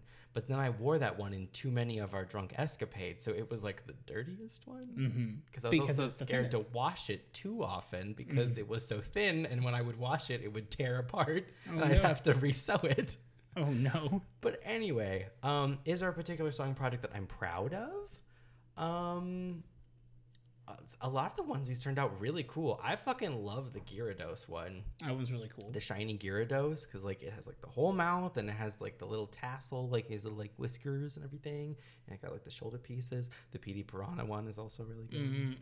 We could wear onesies. We don't really wear onesies on the podcast. No, we do on stream. But yeah, it would be very hot under these lights. Oh yeah, no, it wouldn't. It's warm in a t-shirt. Yeah. I mean, I'm Porky Pig in it. In a draft, you know. But yeah, I'm leaving my mark on this chair. That was nasty. I'm sorry. Ew. Space Ant Liz 26 asked, question time.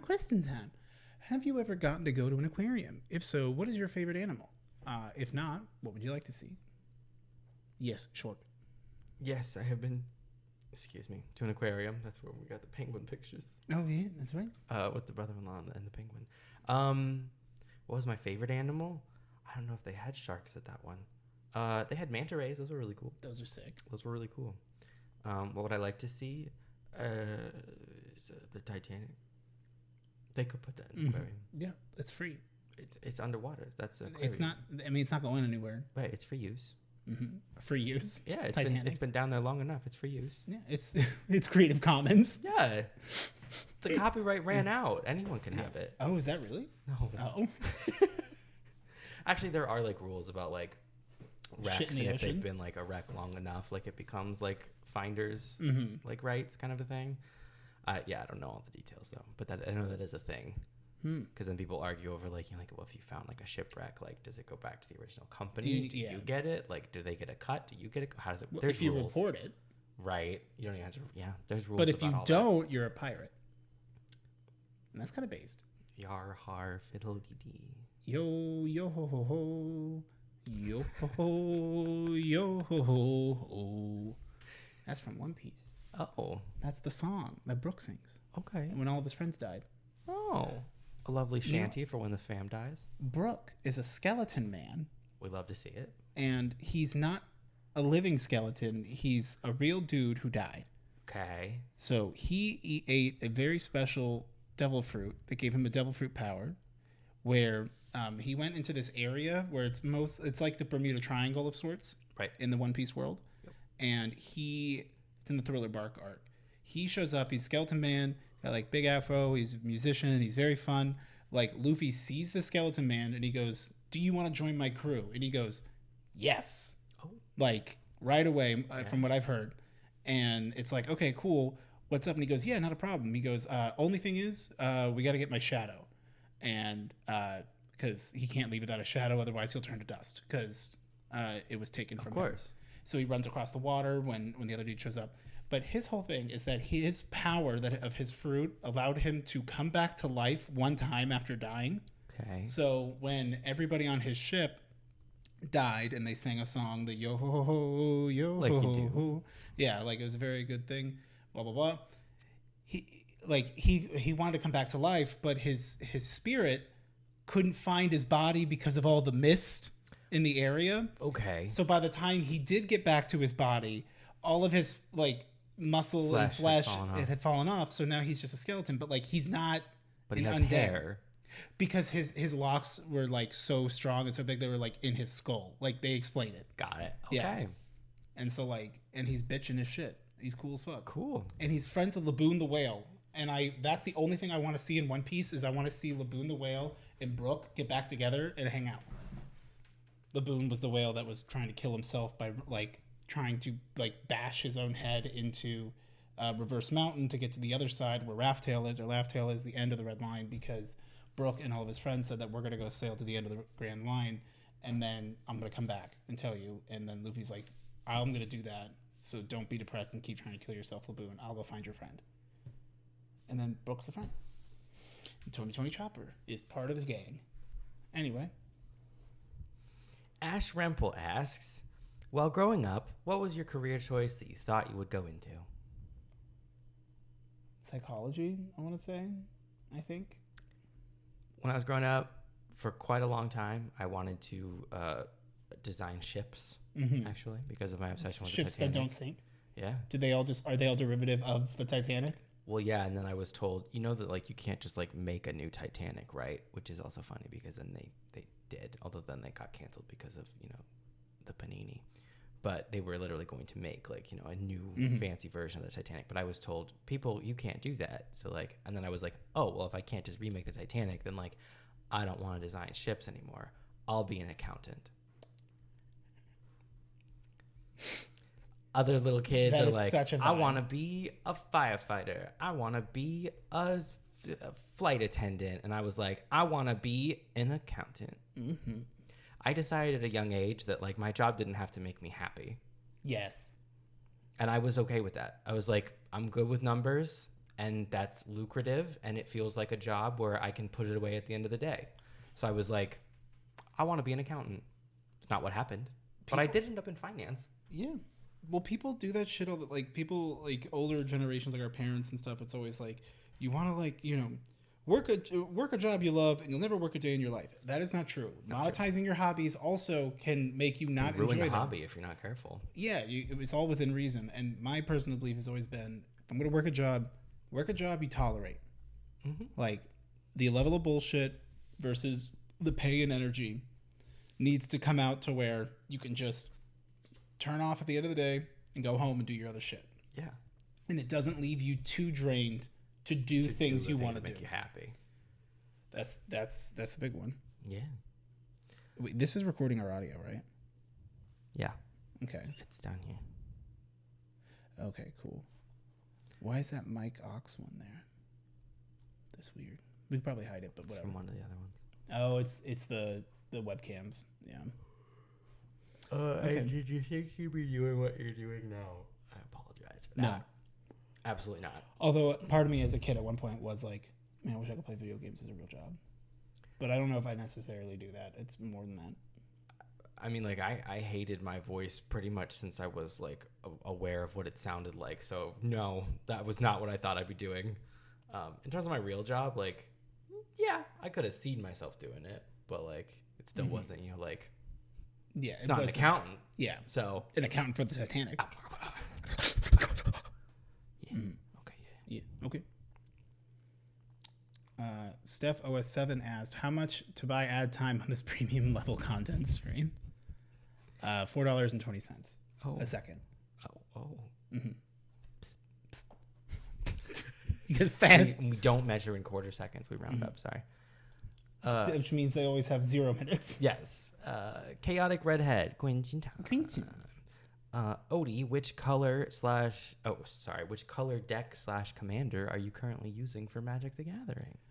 I have a couple different decks that I like to use.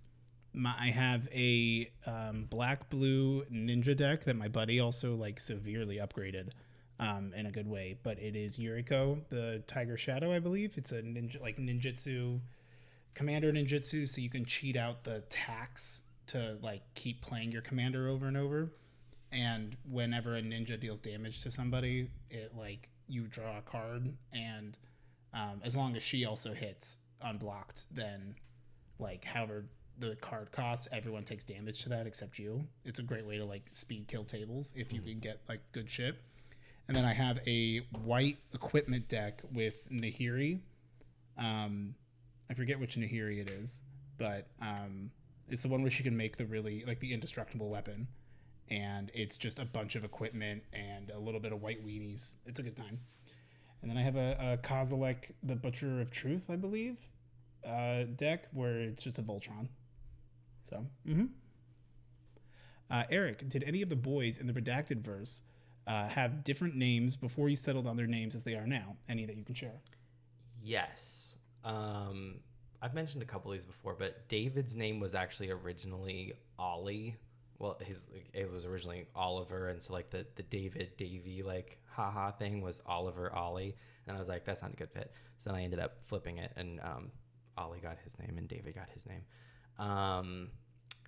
Cody's name was originally Noah, but that didn't last long. But that was his original name was gonna be Noah, and then I switched it to Cody pretty early on. Blake's name was supposed to be Carver until literally like when I was recording the video, I was like, I don't really like that name. I was like, I'm gonna go with Blake for this character instead. And Avier's name was supposed to be Axum before I decided that like demons have like astral names, like names like stars, constellations, whatever. Before I settled on that, his name was going to be Axum, and then I ended up deciding like, oh, actually I want them all to be like stars and planets and that kind of stuff. So then I ended up going with Avier. But yeah, that's a handful of them. And one of them used to be named Trevor. Your guess as to who it was? No one was named Trevor. Sweetheart was originally Trevor. No one was named Trevor. Yeah, there's a Trevor. There's a secret Trevor in one of the audios. You just have to go. So go tell 10 friends and go watch all of them. God, save the channel, please. Save Redacted instead of Save Ferris. Finny, questions. If you had to dye your hair, what color would you dye it? What color would you rather dye than dye your hair to? And what's one word you could not live without? Oh, what color would you rather dye than dye your hair? Oh, okay. Yeah. So like I'd is prefer there death than to have my hair this color. Correct. If I had to dye my hair, what color would I dye it? That grayish color that I had. Yeah, same. Because like it's what this fades out to. I liked it. It was a good time. I don't think I'd rather dye than dye my hair a different color because I can always just cut off my hair. Yeah, I'll just wear hats. I crave life if too much. it was really that bad. Yeah. I mean, like, as far as, like, what color would I... What was, like, my least preferred color?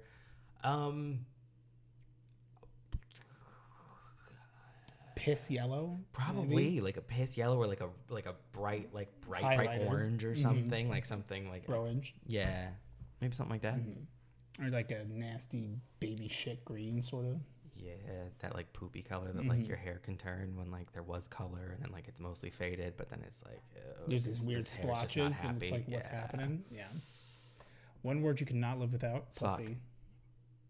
Okay. Okay, yeah. Yeah. Or bitch, actually. I think bitch would be a good neutral. Yeah. I have found that I apparently have finally garnered enough goodwill and self-confidence in myself that, like, I don't need to always be, like, couching things because I'm always nervous that, like...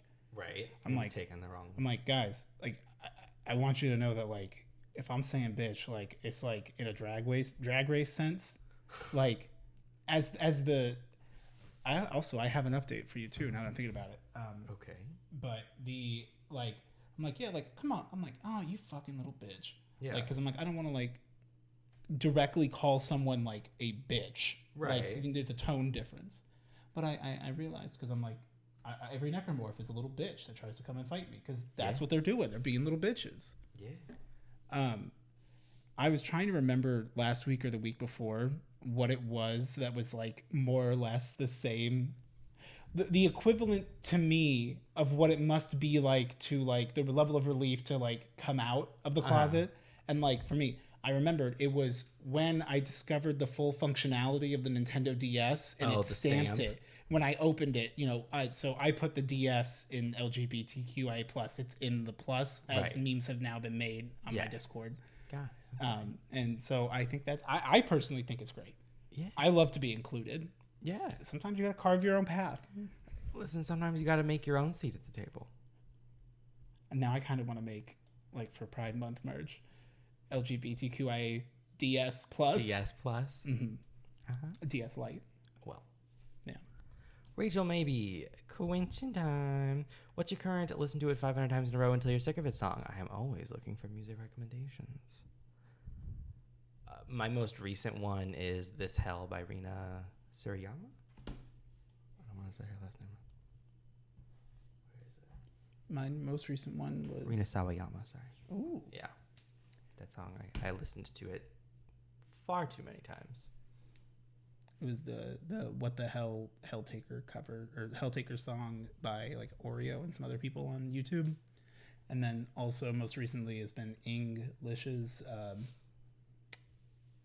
like Sonic Green Hill Zone 2 song rap thing. It's weird, but I've been cracked on it. I heard it once and that was a mistake.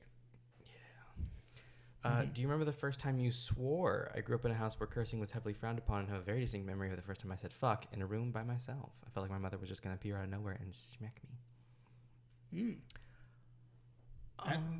I think the first time I said it before, where I said asshole, like, out loud when I tripped over, like, a grill gate, like a grill thing. Yeah. My dad's like, "What did you say?" And I said, "Oh, ask a mole." Like, I absolutely, like, panicked. Yeah. I don't know that I can remember the first time I said it. I mean, like, I have the memories of I would go out to, like, the tree in the backyard and say it to the tree. But I can't remember, like, behind my mom's bed, trying out the middle finger, making sure no one's looking. Right. I do distinctly remember the first time I cussed, like, in front of someone, because that was just for me. That was for me time to explore my vocabulary. Yeah. In a safe explore place. And expand. Yeah. The first time I said...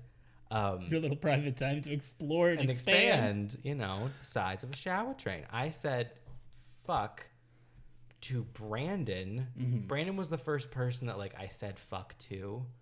Like, Brandon got fucked first from you. Not in a moment of anger either, but, like, he and, like, Nate and, like, a couple of the other, like, people were like, you know, like, why don't you, like, cuss, like, come on, like, just, like, say it or whatever. And I was like, no, I can't, like, I can't.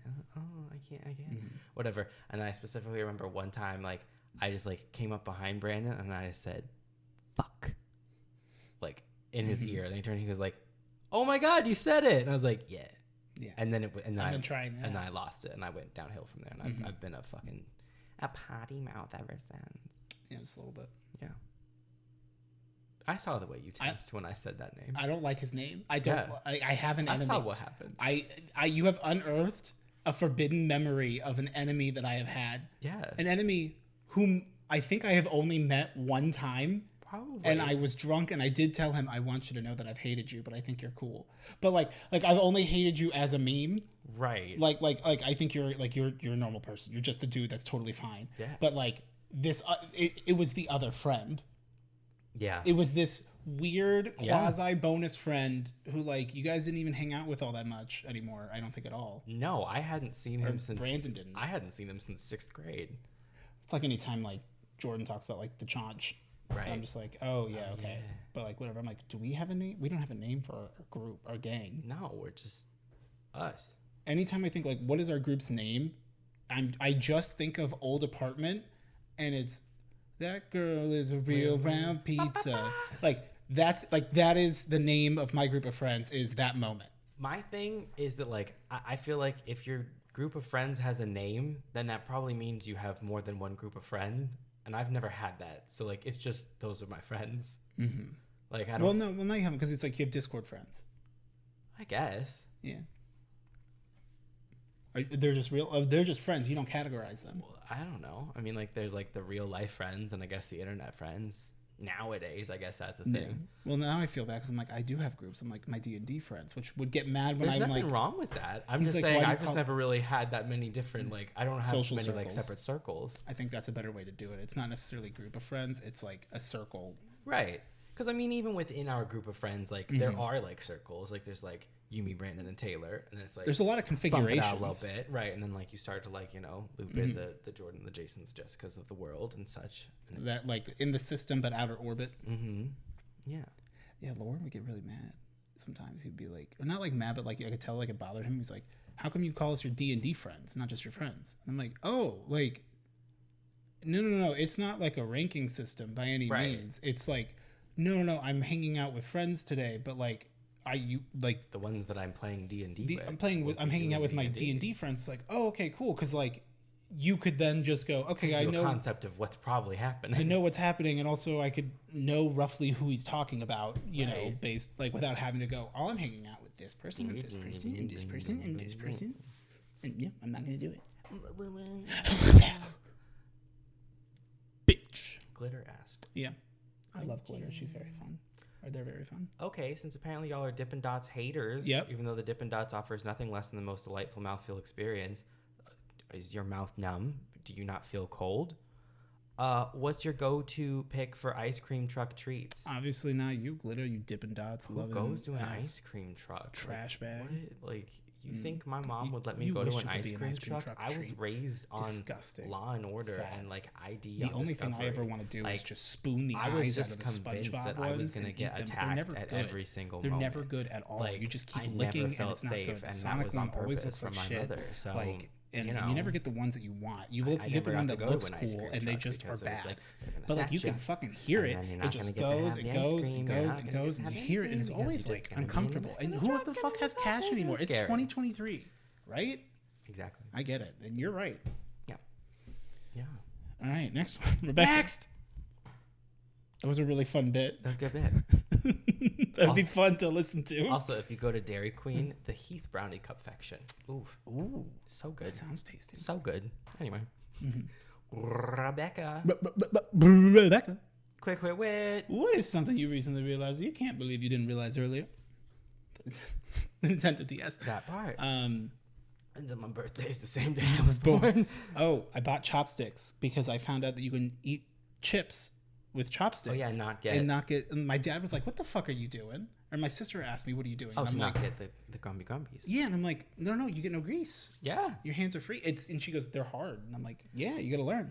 I got chopsticks yesterday because I was like, I need to, because like I know how to use chopsticks, but I rarely ever am like called upon to do it. And I'm going. Whenever there's a volunteer, it's someone just like someone else steps up to the plate to use the chopsticks rather than I. And feeding you with the chopsticks. Yes, but this evening I will be required to use chopsticks, presumably. So you bought some so you could practice? Of course, because I'm not going to make a fool of myself. Of course. Yeah. Have you met me? Yes. Like, that's why I'm not surprised. Exactly. But I it was is like, I hysterical. need practice because I'm not going to be learning on the job. Mm-mm. No. So I was like, well, all right, we're going to practice. So I cooked myself up some like Maruchan top ramen. And I was like, I'm going to eat this. That's some good shit. Just to try it. And it worked. I got it down again. I was like, okay, I remember you. It's a I little remember you, tough. old friend. It's like, you gotta, like, it's so weird. You gotta feel it. And part of it is the grip. Like, my problem is always that like I like get it fine. I can grab something, but then they slip, and so whatever you're holding flips. You know what I mean? Mm-hmm. Where it's like the top one, because the bottom one's supposed to pretty much stay still, and it's like your base. I think you actually, if I like recall, it's because like you're like, oh, I gotta squeeze harder to keep it, but it's like, no, actually, you want. I almost want to say, I'm just guessing here, that it's more of you want to actually like put more support in the bottom piece, not the top. That's the only thing I could think of. Yeah, a lot of it is about like positioning too. You know, like you want to like come at it at like more of like an angle. Like some people do like the straight up and down. It's like it doesn't really give you much like grip force. Like you're working against gravity there. So Yeah, it's like, I mean, there's a lot of like different ways to go about it. You could buy like a book that'll like teach you. Like there's like the Ramen Sutra that'll tell you all the different positions to hold it. So yeah, but yeah, okay, yeah. Bum, bum, bum, bum, bum, bum, bum. Sarah Tonin asked, "What's the most recent thing that made you hopeful? Doesn't have to be crazy important. Just want some good vibes." Honestly, the Dead Space was so good. Yeah, It made me happy for like the future of like Dead Space. of Dead Space specifically, and also just like horror games in general, because like I really like that kind of game, and so like it's a bit trite, but it really did make me happy. I was like, if this works, like maybe gaming will go in a direction I like, because like other gaming sectors that I like are really not doing great right now. No. So, yeah. Without going into too much detail, one of my friends has been very much so going through it, and they've been doing their best, and they've been doing really well, and it is so nice to see. And they're trying, and they're doing everything they can, within reason, obviously. And it's like, I see you, that's great, and I'm like just so proud that it like is like inspiring. So that's it. Yeah. Hanging out in the trout. Ooh. Gabriella asked, catching up on episodes, and I come across comments about you two being hottie/attractive, and the lady's bad flirting and the birthday story made me ask too, what do you personally think are the hottest/most attractive things about you? Please, not only personality pics. Give me some sweet, sweet vanity too. He. Probably. It's the 17-inch cocks. It's definitely my dong. Yeah. It's definitely like my dick. Like it's the schmeat. And, Yeah. and honestly, I have larger than average sized testicles, Yeah. but a smaller than average sized ball sack. So Right. it just looks Tight. Really tight. Oh, you don't want to play with them. You'll Yeah, tear. It looks like something's gonna pop. It's a very, very thin veneer. And I have the smallest, tightest hole Yeah, like honestly, anyone's ever seen. No one's gotten past it. Right. Like it's. I mean, you can barely even see it. Well, I It mean, looks like a pore. But it's my hole.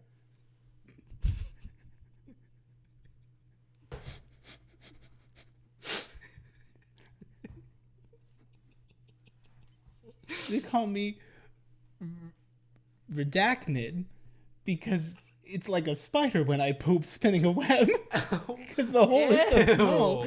I just poop these little strings and it takes me 3 hours. Tiny gossamer strands. I'm in so much pain. I have a bowel obstruction. I don't know. I have nice eyes, I guess. Yeah, I have nice eyes. I often don't like my hair, but like I think lately it's been pretty good. Same.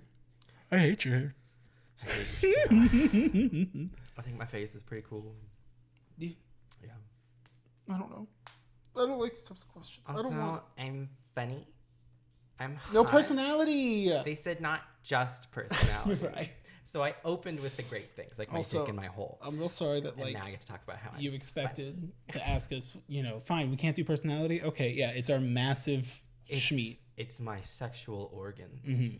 The podongus. My And largest, my if you will. beepus. Yeah. PB to the max. I gotta tape it to my leg. You got Peepus Max in those pants. Are you happy to see me? Hey. 2, also from my catch-up, it seems like you two are late millennials, which means you probably turn 30 soon. Sounds like a good age, in my honest opinion. Some of us sooner than others. Yeah. You are sooner than others. Well, you already have, so yeah, mine is sooner, I guess. It's the next one coming up.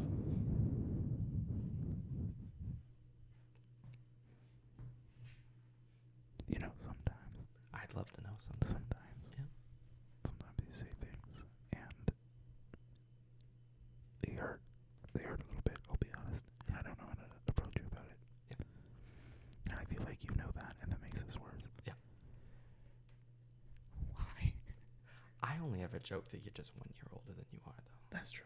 People on the internet, they love to be like, No, oh, he's 96 years old. And I'm like, don't stand on your soapbox. You know what you did. I do it on purpose because it hurts worse. Yeah. Because it's believable. People are like, he's 48. I'm like, no one's going to believe he's 48. No, you're right. But, like, you do enjoy that people do say I'm 48 because, like, well, you seeded. Well. You're not responsible for the fruit they bore. I'm not at fault. But you had definitely helped till the field. Listen, and encouraged people to sow their seed. Listen. I've never supported that behavior. In that tiny, tiny hole of yours. My tiny hole. Put that on a dating app. I have the tiniest hole in Phoenix. Tiniest hole. In the southwest region of the United States. You're not getting in. No entry. Legally speaking, doctors say I don't have an asshole. Right. Yeah. Is that a thing? Nope. Oh yeah, I should read this. Yeah. Anything you thought you'd have by now, but don't yet, more money. Whether you're still working hard towards it or realize you don't actually want it anymore. And it was the third question for this. Any advice for people younger or older than you two? Because I know your audience includes that, both that feel behind in life. What's the first question? Anything you thought you'd have by now, but don't yet.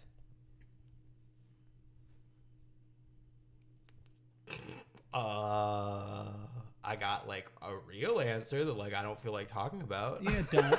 You're good. It's okay. I know enough. Yeah. We're working on it. In general, in all honesty, I have, as a result of the channel and this community and all of those various things, I have achieved things and been, gotten things that I never would have imagined possible. So I am incredibly grateful in that regard. So like I have surpassed so many of my expectations wildly. And then there are definitely other things where it's like definitely thought that I would have, had that figured out by now. Not like there those yet. furry Xbox One controllers for Sonic. We couldn't get those. Couldn't get a hold of those. We didn't win. Also, really thought I'd have a Snap bracelet by now. And just like, still don't. And that's something, That's something. Mm-hmm. You're right. I don't know. Like,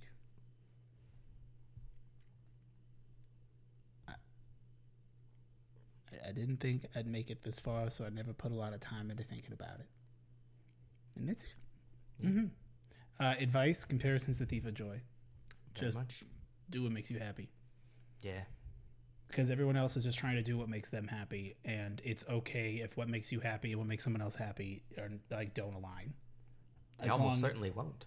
As long as what makes you happy does not harm someone else, but it also should not be that don't not do it just because the other person will choose to be hurt by you doing that. Yeah. It's a weird way to put it, but you got to do you for you. Because even if you achieve certain things that are these benchmarks that other people line up for you, they're not going to mean anything if you didn't want them. So you'll have put in all this work and then you'll reach this point and then it was well, this isn't even what I wanted. So it doesn't it robs you of that sense of achievement. It's fun, but I did it for you because you wanted me to. Yeah, so then it doesn't end up even feeling very good. So you got to do stuff for you because you're the only one that's up in that head in the end of the day. Everyone else is just up in their heads too. Yeah. Oh, I forgot to scroll for the second one, but what? That's okay. It's okay. We talked. Sin said, "Why is it that you always want to stick your fingers into stuff? At least it's not spaghetti." Not the spaghetti. Not the spagoot. Human Sky asked, "Woo!" Question: what's a lie that someone told you as a kid, but later learned it wasn't true? that you can't have the light on in the that's car. I mean, it's a classic, but truly thought that was illegal for so long. When I gave this kid $2, which was all of the money I had at my life at that point, for him to give me a special version, like a Pokemon Green cartridge, but like I had to be very careful because it was invisible, so I had to hold it in my hand the entire way home from church. And you could feel it. And I could feel it, and like I put it in and it wasn't there, and I knew that like he was lying, but there's a part of me that's like, I gotta take it seriously. You wanted to believe it. I wanted to believe. In the realm of video game lies, there was a kid that I went to school with, Matthew, and he attempted to convince me. And in fairness, he also believed this lie, but he attempted to convince me that you can unlock Toad in Super Smash Bros. Melee, and that his cousin had a memory card that had unlocked Toad in Super Smash Bros. Melee, and he was going to show me someday. He did not show me one day, but then also he did let me borrow a PC game called Rojo Luna and put it in my backpack. It was not in a case. He handed me a Raw Dog CD, and I thought, oh, it's fine. I'll just put that in my backpack. You never got to play that game, did you? It broke into a million pieces, and I threw it away. And then months later, he asked me, hey, like, did you end up playing that game? Like, what happened with that? And I'm sure it's the thing that you had been thinking about for months now. He now is just like, what's going on with it? He's like, oh, hey, like, did you end up playing it? And I was just like, I haven't played it yet. Which was true. But misleading. And he just said, oh, okay, cool, no worries. He's like, okay. And then did you just wait for him to move, or? Yeah, we just sort of like drifted apart friendship-wise, and he never asked for it back. So like, what if he comes back claiming damages? I'll buy him a copy. Plus interest? No. Oh. He wasn't interested at the time to have it back. Yeah. You're right. Actually, I don't think it was called Rojo Luna. I think it was called Red Moon, but he kept calling it Rojo Luna, which actually would be like Rojo Luna. Yeah, Luna Roja. Yeah, Luna Roja. Because you do the adjective after. Anyway, yeah. Interesting. Yeah, no worries. Appreciate it, Scam. I know that there's like a nasty fucking question from Steph. Nasty. I don't know if it's on this one. Oh, here's a question. Okay. No. What? Yeah, I think we did this. Yeah, one. we did this one. So I think it's held for review. She might be editing it. Or I haven't responded. Because like I know Steph asked it. Here we go. You'd already hearted it. Oh, that's why. I fucked up. Okay, yeah, okay. Oh, and there was a couple questions. I shouldn't, now that I know that, I won't do it. Yeah. I'll wait until after. Yeah. Okay, yeah. Steph OS7 asked, if scientists... I remember this. What? I remember reading this. If scientists figured out a way to get a cell sample and grow a meat patty from your body so that eating your own thick burger became a thing, would you want to know how you taste? Yes. Yeah, sure. What if people who self-burgered unlocked their full potential of self-awareness because you are what you eat, and so they developed superpowers? Would you eat your own meat then? Yes. I would have already. Yeah. Now you're just sweetening the pot. If burgering with your partner became popular on date nights, would you let your dates eat your meat or die alone and uneaten? First of all, I would love for a date to eat my meat. Just once. A date with my fucking meat. I'm looking to eat some of that partner meat. You know what I'm saying? Listen. Yeah, like not a shadow of a doubt. No question. Easy. Why would you even ask? Yes. What's up, hot dog asked. Scroll down. We are all pretty familiar with respective styles. Are you? Oh, is that what you think? Oh, you think you know my style? Yeah. You know the style I've presented to you. I mean, that's literally what Hot Dog said, though. No. They said at least what you present on camera. No. Okay. I'm going to edit the comment and erase that. They didn't say that. That's me on Discord, deleting people's comments and being like, why would you didn't say say this that. to me? But we rarely see your feet. We like to keep it that way, to be clear. I feel like. What is your shoe game like? Do you have a go-to brand that you usually wear? Do you skew more casual or more fancy? I'm devastated you guys are road trip haters. I wear Vans. I normally rock I have like my checkered Vans. Slip-ons. I like Converse. I like Nikes. A basketball game tomorrow. Shoe game. Generally more casual, though I do still have like a lot of my fancy stuff from like going to the office. I've got quite a few dress shoes. Well, not a lot, but like just different colors. I always wanted to have a black, a brown, a gray for different combinations. Yeah, you gotta be able to have your style. I like boots too. With the fur? No. Okay. I don't want them to have fur. I just like leather boots. Okay. In black and camel leather primarily. I think that's. Oh no. Nope. Okay. Yeah, like there's gonna be a couple. Boo. Callisto asked, do you have any pro tips or sage wisdom for somebody who is totally new to Destiny? I need to become a pro Chad gamer to impress the Destiny honeys. Moxie and Rachel. Quit while you're ahead. Man. No. Okay, like you do not have to spend when you first start. You do not have to spend all of your time on the Cosmodrome, which is where you start out with Shah Han. But it's the Cosmo home. You are allowed to leave and do other things, but I would recommend playing with somebody. Like, you want to play like a fire team of 3 with maybe one other new person, but then like someone. A grizzled old showgirl. An old veteran, washed up piece of cast iron ass. Yeah. And just who's been around the seasonal like block. Someone who's cool with being checked out and watching something on Netflix while you guys are playing. Yeah. To then go, okay, yep. Oh yeah.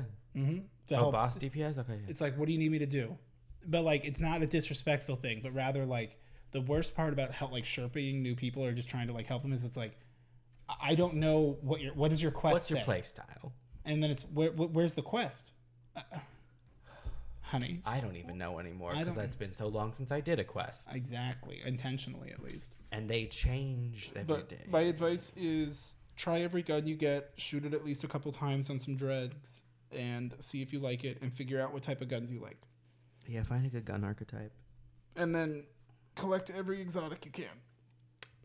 You don't need dupes of weapons though. Except for. Run some strikes. Light.gg is your friend. Run some fucking strikes and just be like, what? Yeah. What is this? Yeah, I really don't have great advice on that. Sorry. Yeah, sorry. I think we're probably good.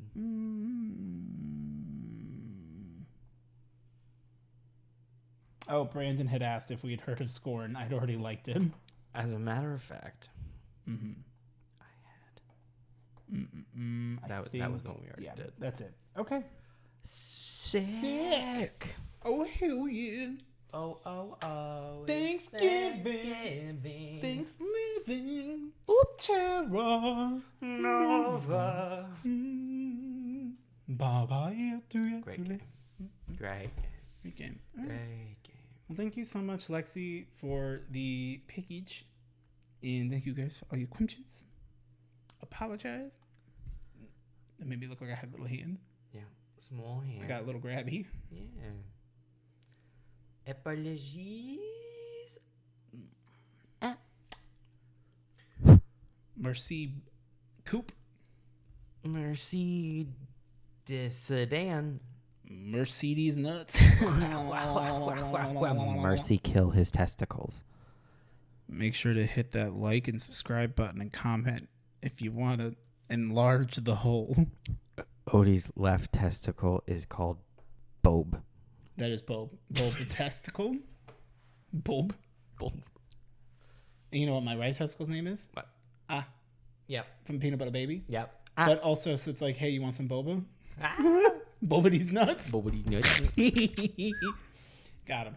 Bye. Just fucking click it, you goddamn cock. Fuck you.